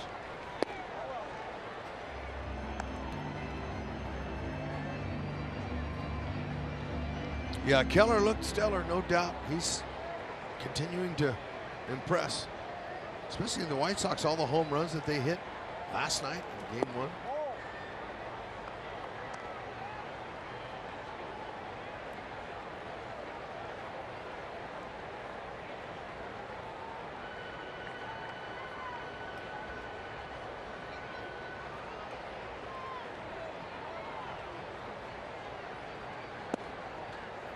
Little bit low. 3 balls, no strikes.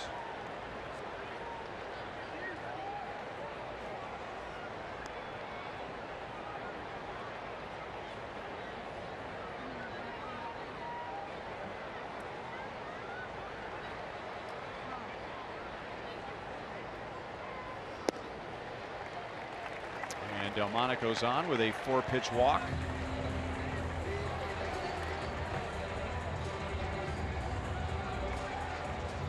And now right-hand hitting Tim Anderson is coming up. And Ned Yost will go to the bullpen.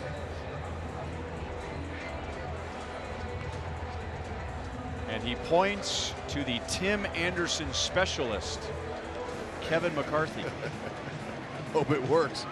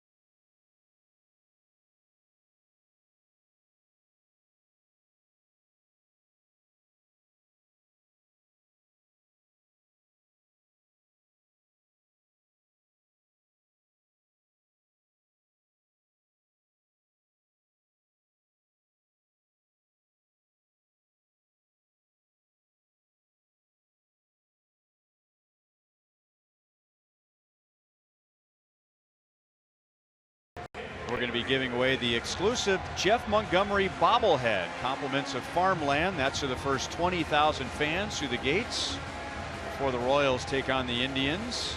Get your tickets at royals.com/tickets. And HUD will be there to hand out every single one of those bobbleheads. I will. And matter of fact, I'm so proud to have Monty with me on the trip. And I have been posting some shots of Monty and I around the city in some different places. I might even take him to the yoga room with me. You know, we can do a little yoga in. Just because he didn't make this first leg of this trip, but he'll be in Tampa. But I want the folks to know how Monty gets around. Get you prepared. It's an awesome looking bobblehead. It's got a signature on it too in gold. Uh-oh. Escobar off his glove and in the dirt, but pulled out by Duda. And now Tim Anderson is 1 for 10 in his career against Kevin McCarthy. Sweet.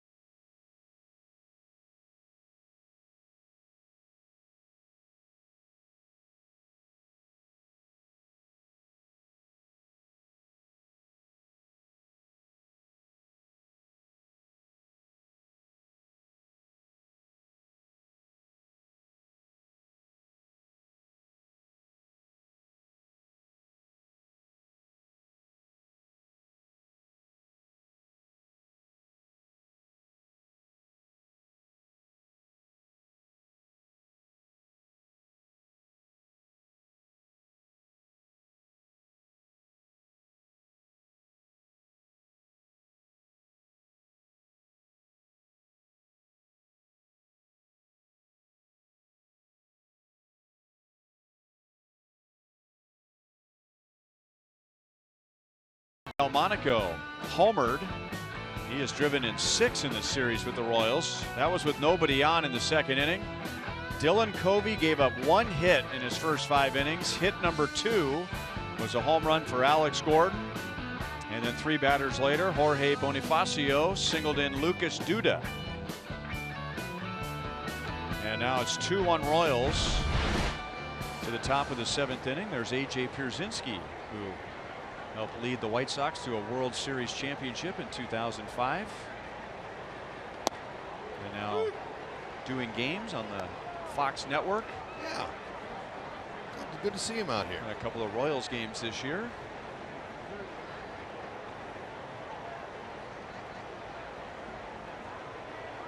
Xavier Cedeno came on in relief in the 6th inning, and he'll stay on for Mondesi.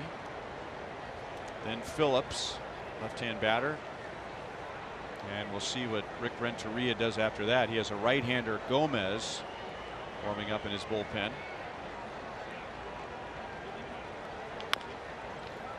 Chop to third, 2 hops to Sanchez.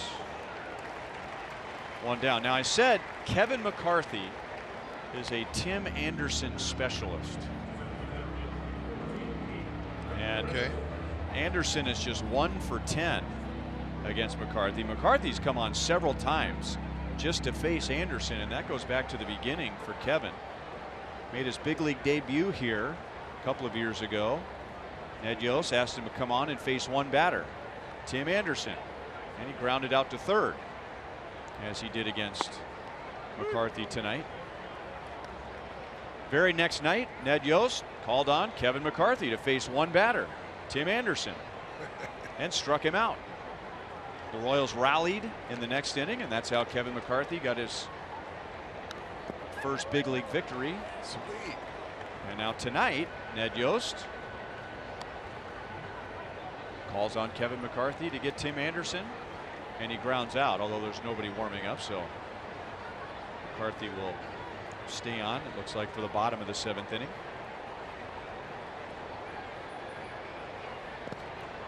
One and 2 on Phillips.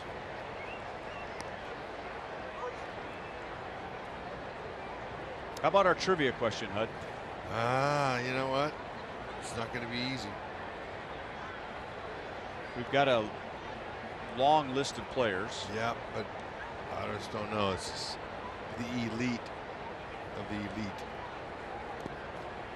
2 balls, 2 strikes. Whit Merrifield is on the edge of another 150 hit, 30 stolen base season. There are 3 active players who have had multiple 150 hit, 30 stolen base seasons since 2014. Okay, we have Altuve. We need 2 more. We have no strikes. And we can't do what we did last night. We had mentioned the winner. We had mentioned his name. We just didn't choose the right guy. We missed 2 guys, and we had mentioned both of them. Okay, we got a list here. Yep. I think D. Gordon might be a good call because the steals. I feel good about D. Gordon. Okay. D. Gordon. Correct. Ding, ding, ding, ding. 1 to go. Way to go, all partner. 3 strikes. Okay. And I don't think Trout had 30 steals. Now, is it since 14? It has to. Just multiple. So more than 1 since 14. More than 130 season steals. Or something like that. Since 2014, he has to have more than 1 season where he had both 150 hits and 30 or more stolen bases. Escobar went around. We have Altuve and D. Gordon. Yep. We need 1 more. We have Lindor, Betts, Ramirez. Lindor did not have the steals, so cross him off. I just don't believe he's had a 30 season. 30 bags. What about Mookie Betts? Try him. Mookie Betts. Strike 1. No steals, probably. Probably didn't have the steals. Had the hits. Sanchez throws out Escobar. Inning over. And I think we have about 2 minutes to finish off our trivia question. Okay.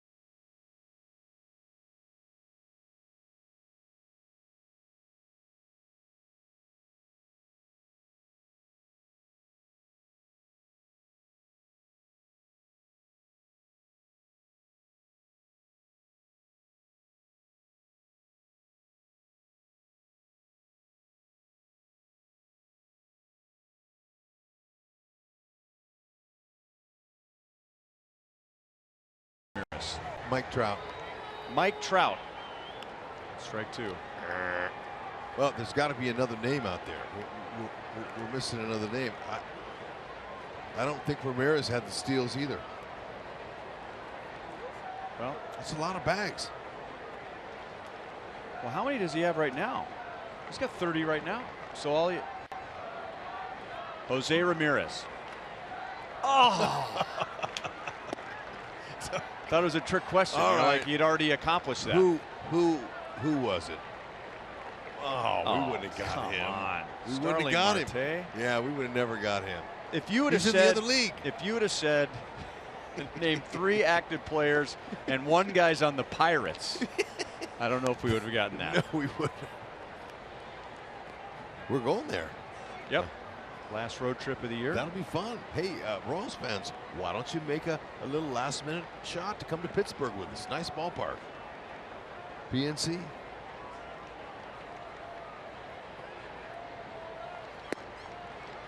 One and 2 from Kevin McCarthy to Kevin Smith. McCarthy got the last out of the 6th inning, and now it's Smith, Engel, and Moncada. Right-hand batter switch hitter coming up. And Ned Yost also has Tim Hill warming up in the bullpen. And looking ahead, Moncada has really struggled as a right-hand batter, so McCarthy may only be asked to face the first two.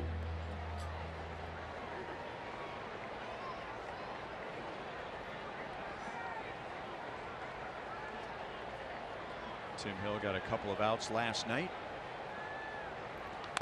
Sinker down.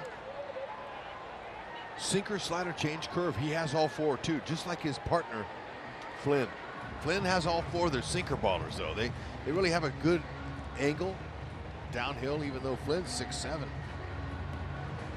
McCarthy might be 6'1".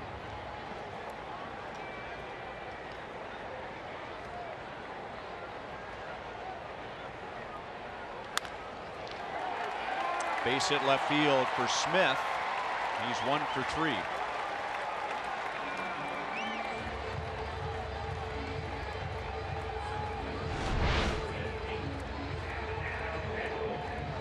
Slider that didn't slide. Yeah, and sorry for taking a couple inches away from Kevin McCarthy, who's 6'3", but still has a nice downward angle and rolls a lot of ground ball double plays. Adam Engel with good speed has 2 singles tonight. It'll be tough to double up. We're going to ask him to bunt, and it's foul. He's good at that.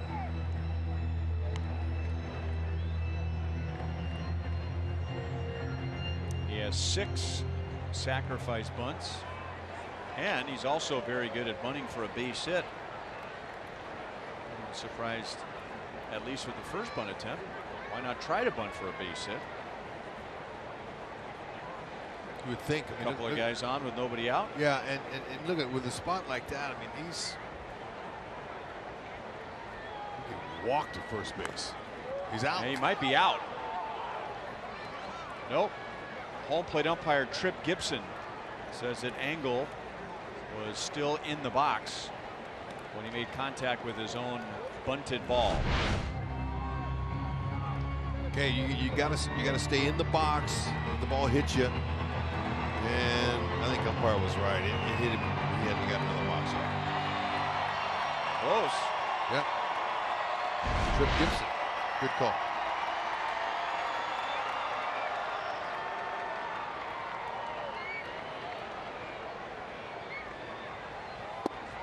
He's going to try and lay one down with 2 strikes.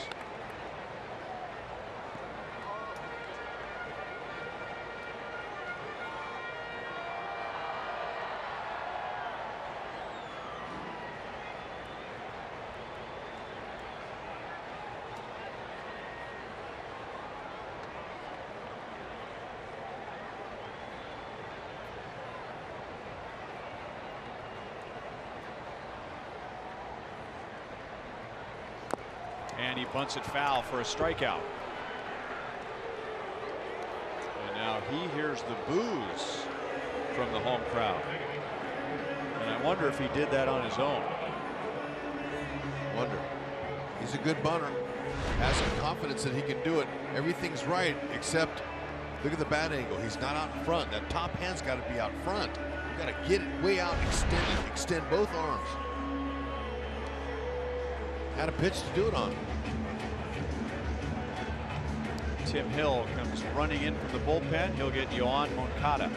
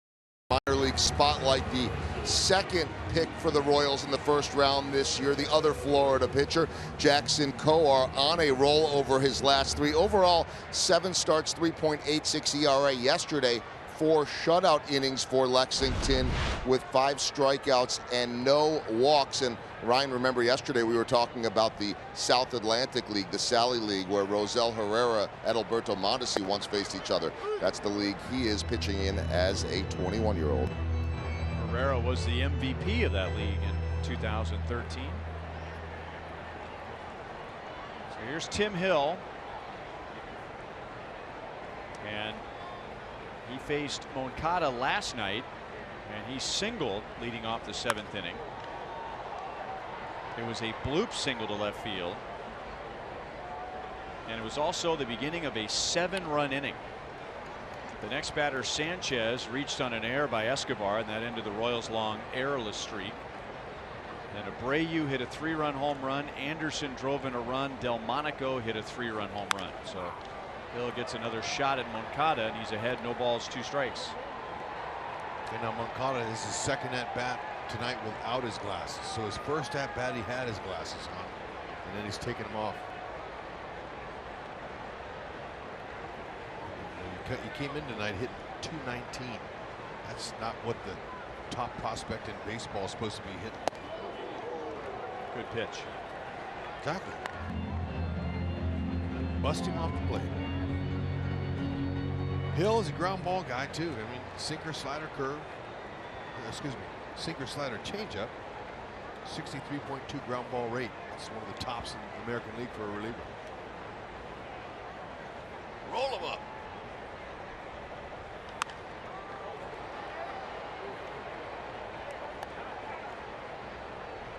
Moncada, though, he's taking his swings to go to right field, and that's the right approach. If you don't want to hit into a ground ball to pull a lefty, you roll over. The top hand rolls and you pull it over the left side. Close. Salvi tried to bring it back into the strike zone.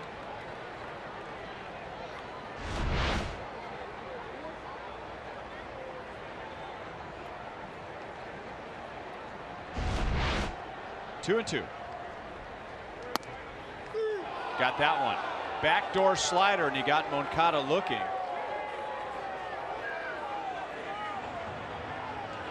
Remember the last time we were here, Yohan Moncada, remember he had 4 strikeouts, all looking. Yes. And there? That's right down the middle. Moncada, you got to go.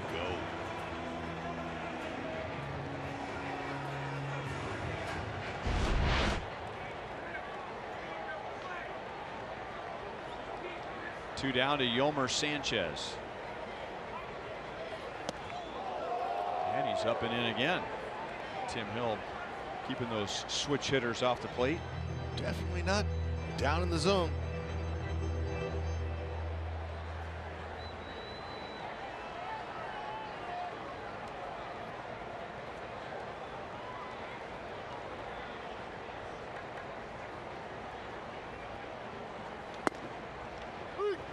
One and 1.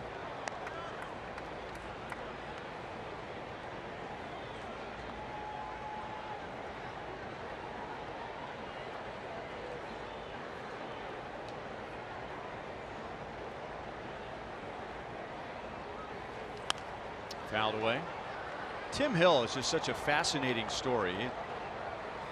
Sidearm pitcher who always pitched sidearm, going back to when he was a little kid. He's a cancer survivor. Do you know he did not play high school baseball? I did not. He played briefly his freshman year. He did not play his sophomore, junior, or senior season of high school. That's almost impossible. He was playing in a summer league just for fun. And he was playing against an old teammate and pitching well, and the teammate told his coach, you need to see this guy pitch. Tim was not going to college to play baseball. The coach was impressed, and they got Tim to play in an intra-squad game as a tryout. He was immediately enrolled And from there to junior college, and from junior college into the big leagues. The world's most interesting man, Tim Hill.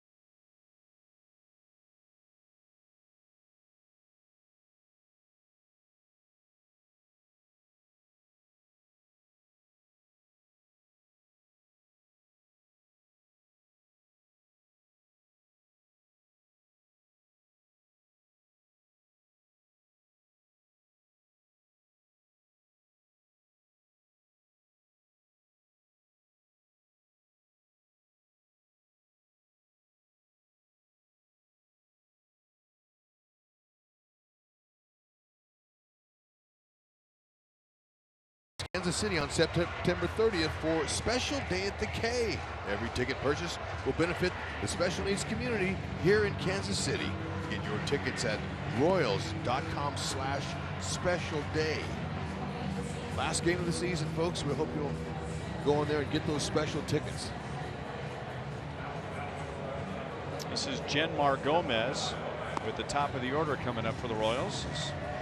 Tim Hill took the loss last night, giving up 2 of those 7 runs in the 7th inning. Tonight in the 7th inning, he comes on and strikes out Moncada and Sanchez. Gomez's ERA is high. Facing the top of the order here, be nice to get a little extra insurance. Gomez 86-90. Sinker, slider, changeup. Ground ball pitcher. Elevate, get him. He's got a high ERA.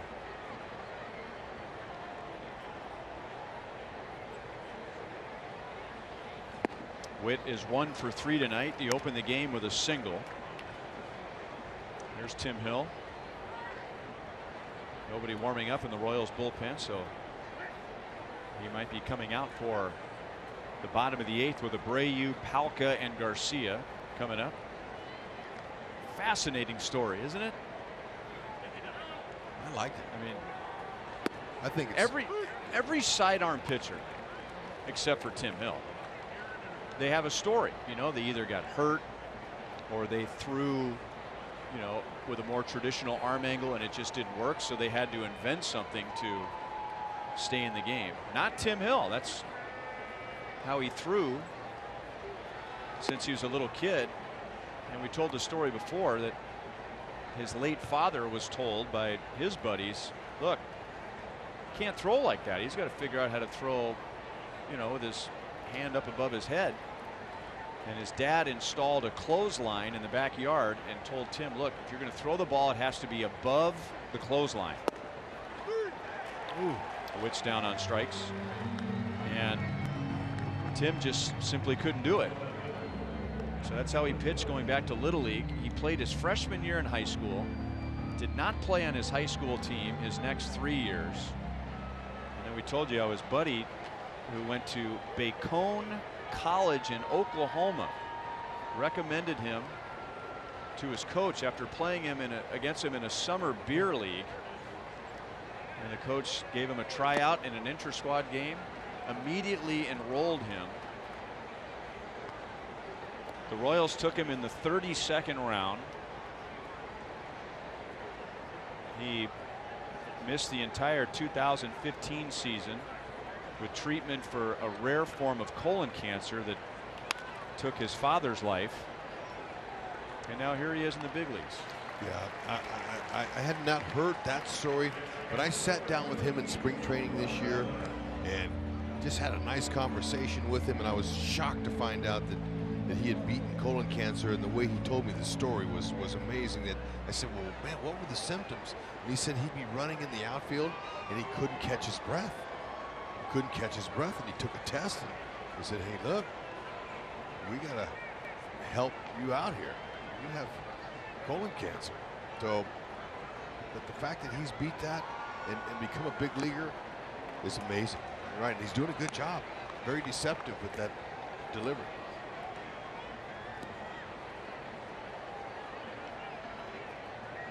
And he has been fearless all this year. Now, you know, you're going to get hit up here. Everyone does. But you beat cancer like that. What's he got to lose?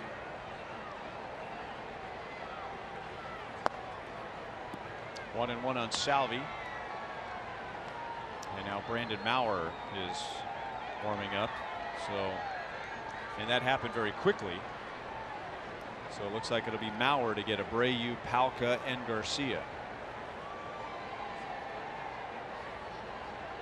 We'll see. Line to left field. Salvi, his success in the second half, a lot of it has been on elevated pitches. Yeah. And I mean elevated, like borderline strike elevated pitches. Gilmore Gomez, he flipped that one up there and it was above the belt. Good short, compact stroke.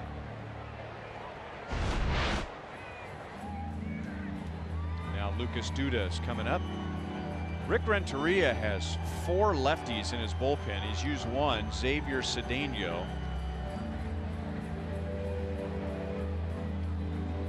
And there's Luis Avilan, along with Jace Fry and Hector Santiago in that Sox bullpen, lefties.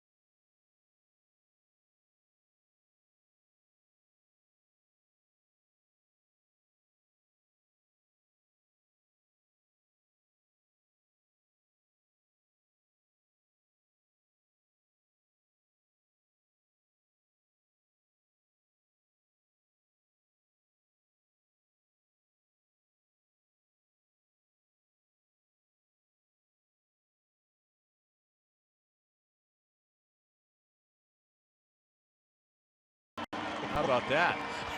Are you kidding? Look at, watch here. Look at that. And you can't throw a better pitch.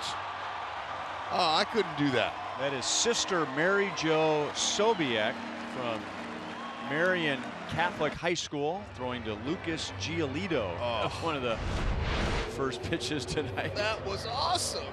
And the crowd roared. They loved it. She's our Pepsi fan of the game. Way to go. Here's Luis Avilan to face Lucas Duda.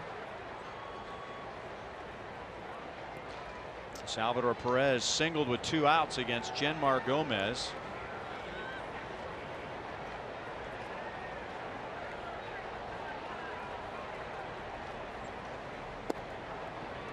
Big curveball at 68 miles an hour is low. Duda with 2 outs in the 6th inning. After the Royals tied the game on Alex Gordon's home run, he doubled. And then the difference right now is a Jorge Bonifacio RBI driving in Duda. Off the end of the bat and caught by Garcia, and that ends the Royals' half of the 8th.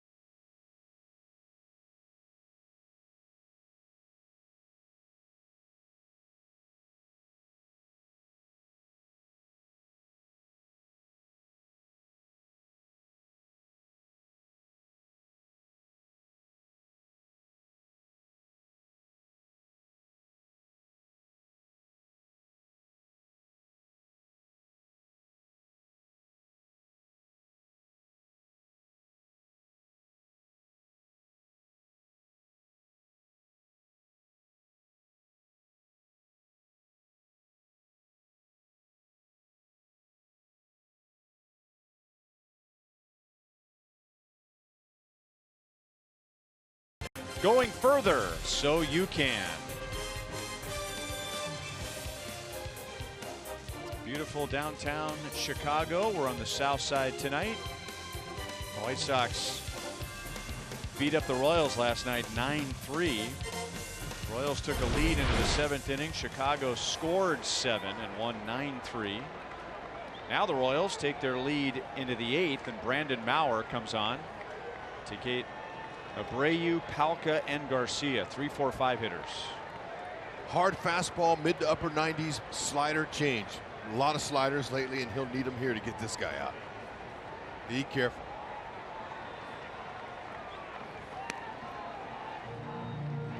Okay, there's one.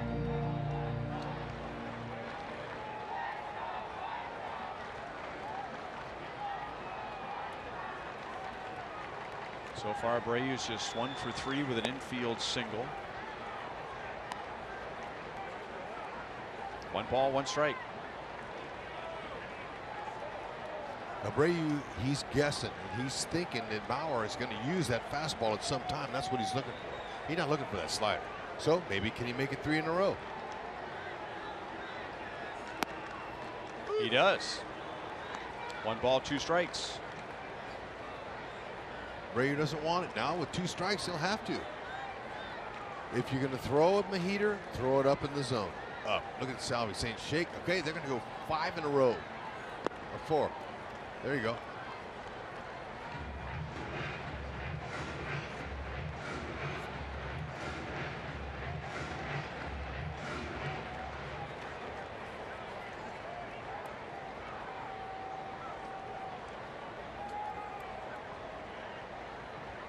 Another one. 3-2. Now what do you do? He's looking dead red. He's still looking for that heater. See what Salvi wants to do here. He gave him the fastball. He shook it off. Okay, he's coming in. Ooh. 99 miles an hour. And he was on it. Okay, now go back to the slider. Opponents are hitting .412 against Maurer's fastball this year. 194 on the slider. He's got him set on the heater now. All right, I agree with him. Ooh. Line to left field, and it sails over Alex's head. who plays the bounce, and Abreu to second, slides in with a double.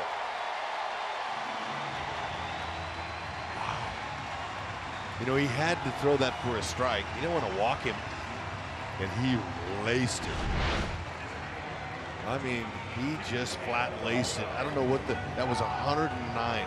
Look at that. He was sitting on that one. Obviously, he felt that was coming. Heater might have been the pitch, but look, I thought Mauer pitched him good. He's just a great hitter there. 109 off the bat. And Alex better check his forehead for tracer burns. That ball was not walking. That's a line shot off the wall.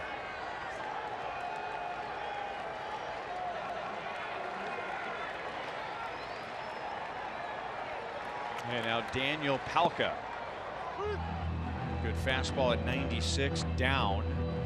Palka's 1 for 3 tonight with a single. Keller went 5, gave up 1, and then Flynn, McCarthy, and Hill all went 2/3.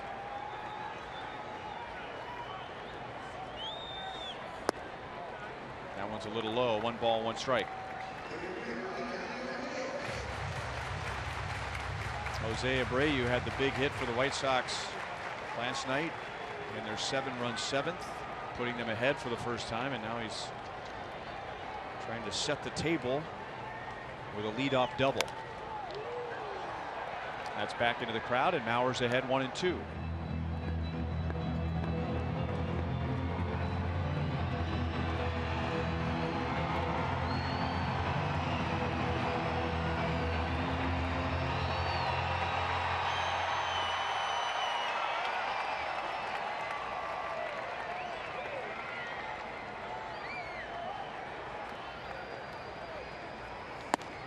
Got him with 97.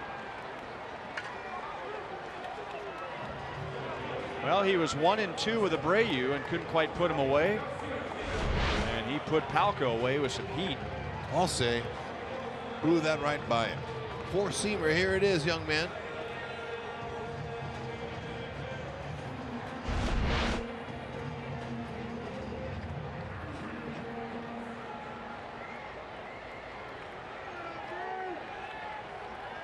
Avisail Garcia.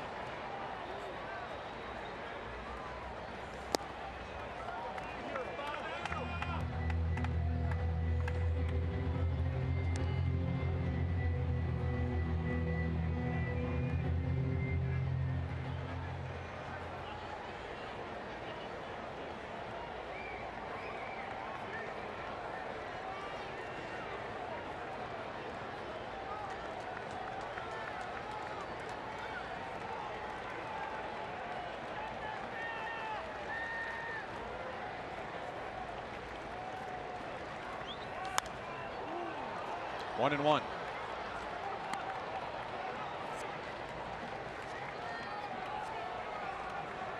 White Sox have already stranded 7. And they began this inning with a runner at second base and nobody out. They are hitless so far tonight with a runner in scoring position.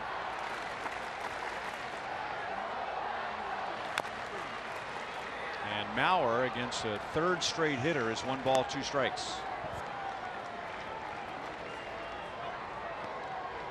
I don't know if Garcia can stay on a Mauer slider like Abreu did, but I'd certainly be a little leery of giving him a heater.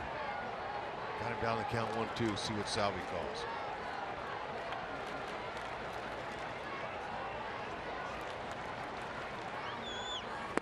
Got it. Yeah, I stayed with that too. Good spot. That's a great location. Now 3-2 count to Abreu. He had to throw it for a strike, and he did. He got hit by a great hitter. Garcia, he's a nice hitter. He's not a great hitter, and he was able to get his overswing here.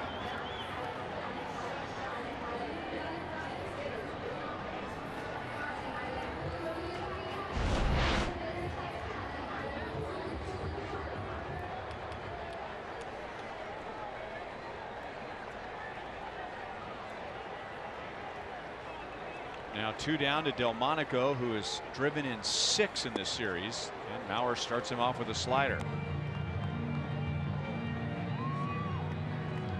Flashes of some of the Royals' excellent bullpens lately. Royals relievers have faced 11 tonight, and they have struck out 6. They want to know and let Ned know they can do the job with a tight lead like this, and holding on for Keller, outstanding.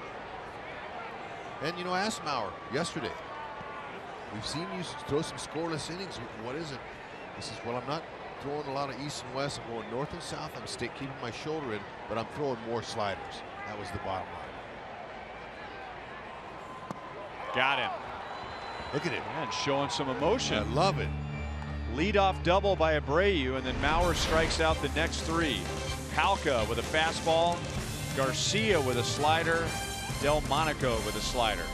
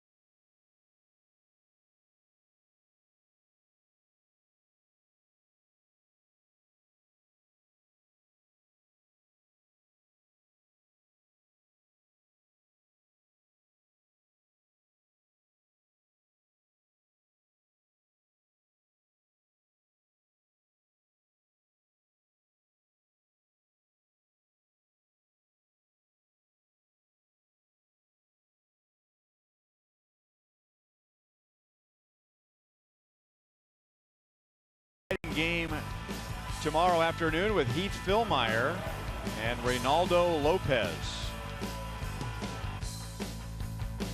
Fillmyer had that great start on the homestand against the Cubs. Sure did. Lopez looked pretty good against us last time, but how about that guy right there? You know, that might have been a big step for him. We'll see what happens, but for Mauer, a lot of the time this year, the first batter has dictated how the inning's going to go for him. I agree. And the first batter tonight, who's a great hitter, came back from 1 and 2 and hit a leadoff double. And as you put it, that ball wasn't walking. That ball was smoked. But he buckled down and got the next 3, all on strikeouts. And it looked like he got angry. Sometimes anger backfires. Sometimes anger works in this game. Well, he knows he's good enough. I mean, he came off the season. He had 22 saves. You know, he's done it before with the Padres, and he's just experienced a bad season this year, no doubt. And last year, look at that. I mean, he's menacing. He's not a little guy either. It's like a man possessed. Yeah, I mean, you know, that's the nasty look you need. Sometimes you're a closer, you throw that hard, whew, that's going to get some attention. There's a reason, with his numbers as high as they all were, the ERA, the batting average, and all that stuff, but there's a reason they kept him, because you just can't find stuff like that anywhere in the world. That's 99. We've seen 100 out of his arm. There's a good start to the 9th inning. The Royals are hoping to add on. Jorge Bonifacio, who has the go-ahead RBI tonight, is on with a leadoff walk. The most popular designs of the 90s is back, making a return with this season's Royal Zuba Palooza shirt. Enjoy a Royals Raglan style t-shirt, including Zuba sleeves with your theme ticket on Friday, August 31st. Purchase your theme ticket now at royals.com/theme tickets. You'll love it. Now you wear your Zubaz pants to the store. I do. You've brought up many times. Price chopper. You gonna You're gonna get that shirt and wear that shirt with the Zubas? I have to get a special ticket for that shirt, though. But I really would like an extra large. Rosel Herrera is going to bat for Ryan O'Hearn. And showing bunt. Watch your lips. I'll say. Right guy, though. Avilon, not a hard thrower. Guy who's going to throw him some change-ups. He's got a little four-seam, two-seamer, little sinker, curve. Those are all pitches that are a little easier to bunt than that hard heater there at him. Look down. 6'4", get a little knee bend in there. He can bunt. He can do everything. Now, not bunting.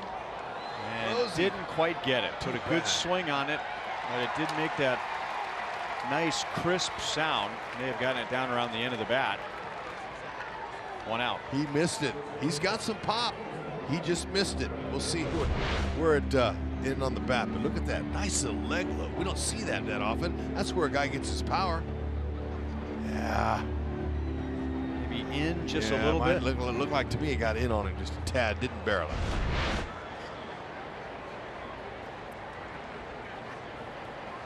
It's a good baseball game tonight, huh? Trying to keep it on the low.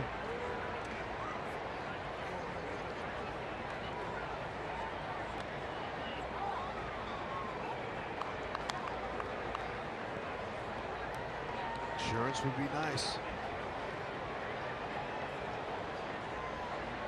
Mondesi is at his best in the later innings.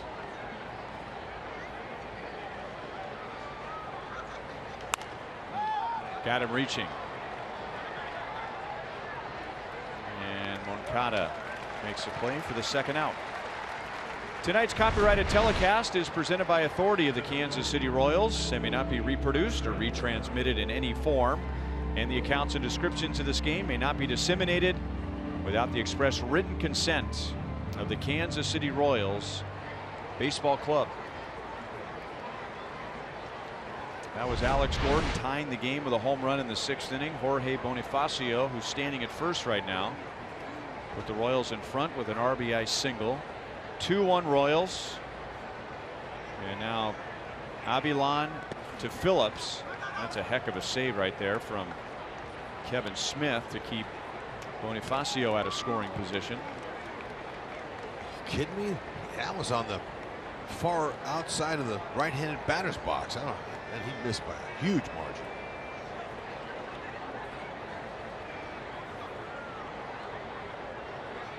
Phillips is 0 for 3 with 3 strikeouts.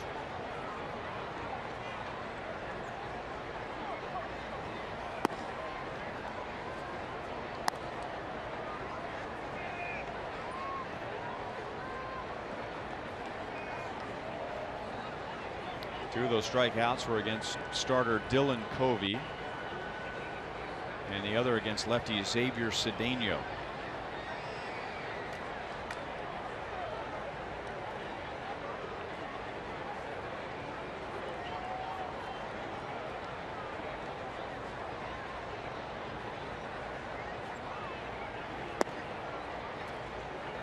Good eye.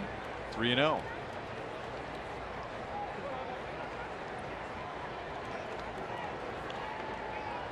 Really got to wait on a soft tossing lefty like this if you're a left-hander. Keep that shoulder tucked. Keep it in. 2 on, 2 out. Avilon has walked 2. And here comes Rick Renteria.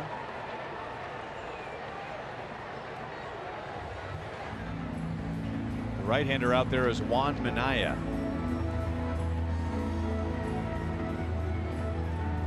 And here he comes.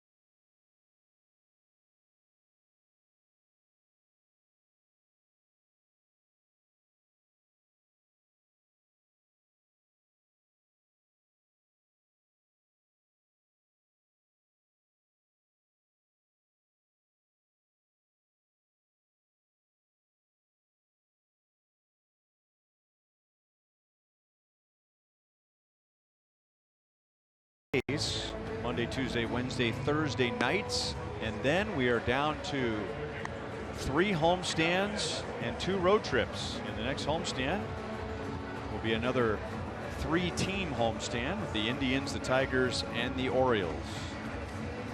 Those off days there, huh? Yeah. Much needed.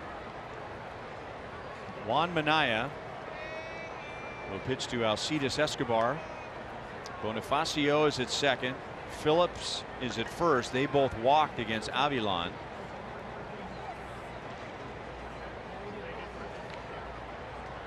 Manaya's tough. Hard, heavy sinker. Mid to upper 90s. Slider curve change. Husky is grounded to third twice and grounded to short.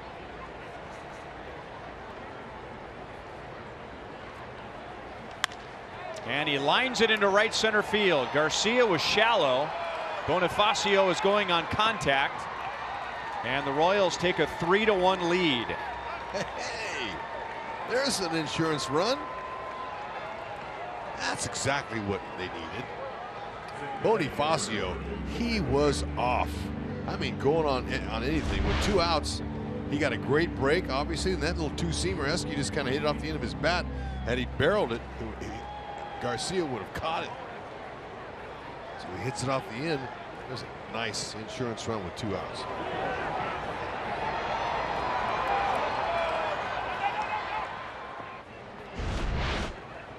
And the Royals did not run into an out after the throw was cut off. So Whit Merrifield comes up with the Royals leading 3-1, and he has a chance to drive in a run. So right now, Willie Peralta has a little more breathing room as he gets ready to pitch the 9th.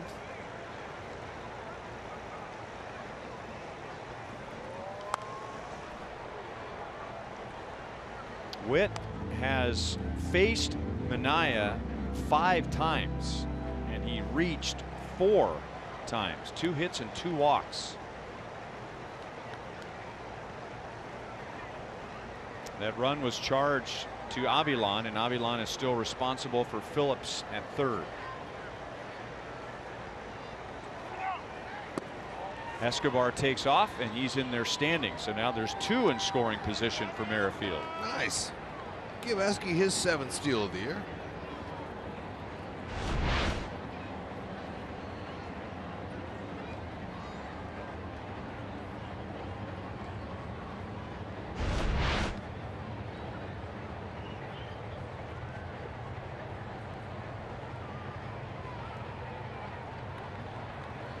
One ball, 1 strike. Slider hangs high. 2 balls, 1 strike. White Sox got a run in the 2nd. The Royals scored 2 in the 6th. And now they've added 1 in the 9th. Right center field. And Garcia runs it down for the out. So it's a 2-run lead to the bottom of the 9th inning. Peralta will get the lower third of the Sox order.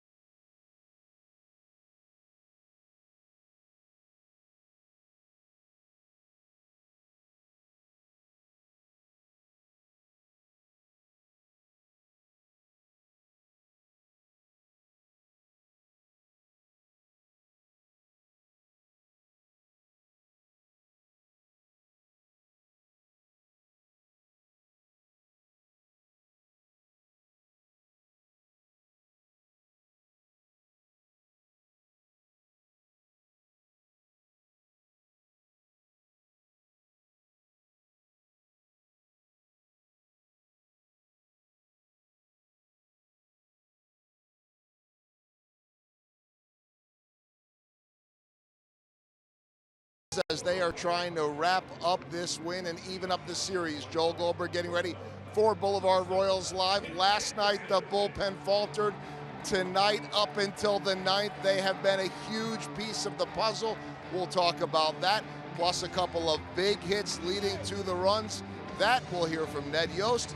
Get you ready for the series finale and more coming up on Boulevard Royals Live. Ryan? All right, Joel with 7 saves. Willie Peralta gets ready for the 9th inning and says a little prayer before he faces Tim Anderson, Kevin Smith, and Adam Engel. Well, Willie has the stuff, and he's got some good numbers too to go with it. Fastball, mid-90s, slider change. There's one out. Phillips takes charge. Tim Anderson is 0 for 4.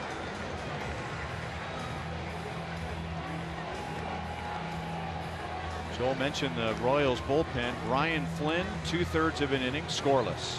Kevin McCarthy, 2/3 scoreless. Tim Hill, 2/3 scoreless. Brandon Maurer, in a 1-run game, gave up a leadoff double and then struck out the next 3. And now Peralta has an out in the 9th inning.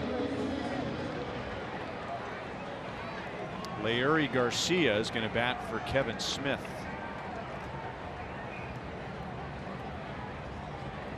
So a switch hitter in place of the right-hand hitting Smith. 96 miles an hour for a strike. Garcia came into the game last night after Avisail Garcia didn't run a ball out. And Leury was 1 for 3 with a run scored. And that hit and run scored came in the White Sox 7-run 7th inning.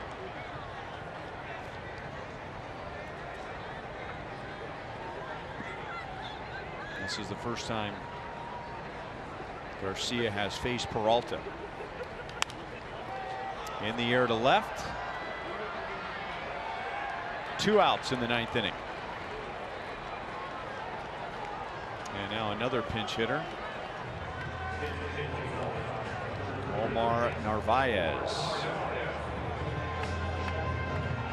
He'll bat for Adam Engel, who was 2 out of 3 tonight and then was booed when he tried to drop down a sacrifice bunt with 2 strikes in the 7th inning and fouled it away. Ah, come on, folks, let's go. Cut him some slack. This is the South Side, Hud. Ah. That's working. He's trying. He gave it his best. Tried to move the runner. They'd rather see him hit a homer. Not us.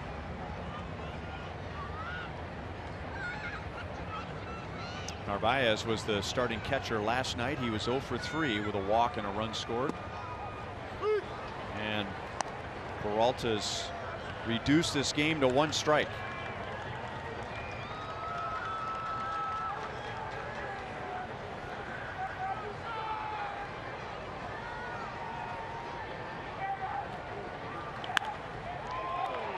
Foul into the first row.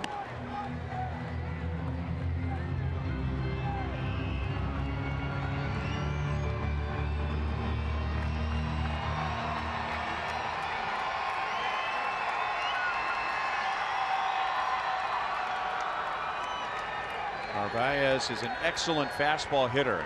Peralta's changing speeds on him. That fastball was way upstairs.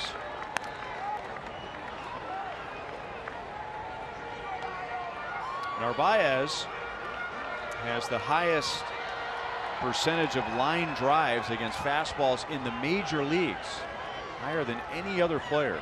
That little snapper will take care of that right here. Oh, change Still up. 1-2. Good swing.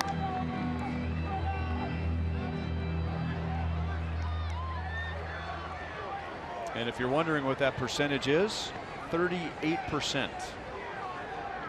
38% of the time that he puts a fastball in play, it's a line drive. Highest in the major leagues. Gonna try and go down again. He triggered but didn't go. 2 balls, 2 strikes.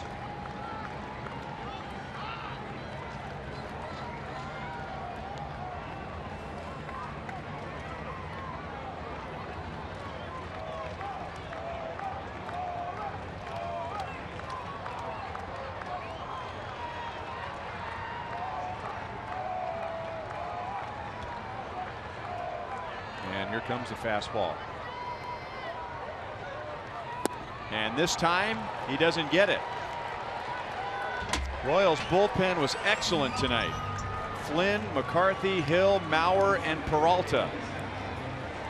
Scoreless 4 innings. Alex Gordon tied the game with a home run. Jorge Bonifacio put the Royals in front.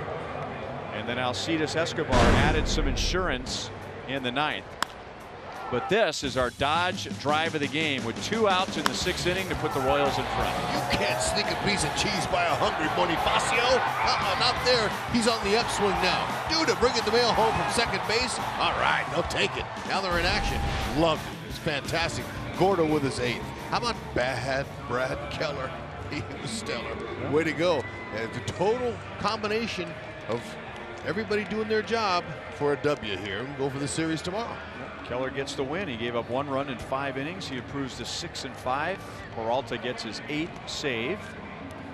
And the Royals even the series at 1 game apiece. Nice bounce back after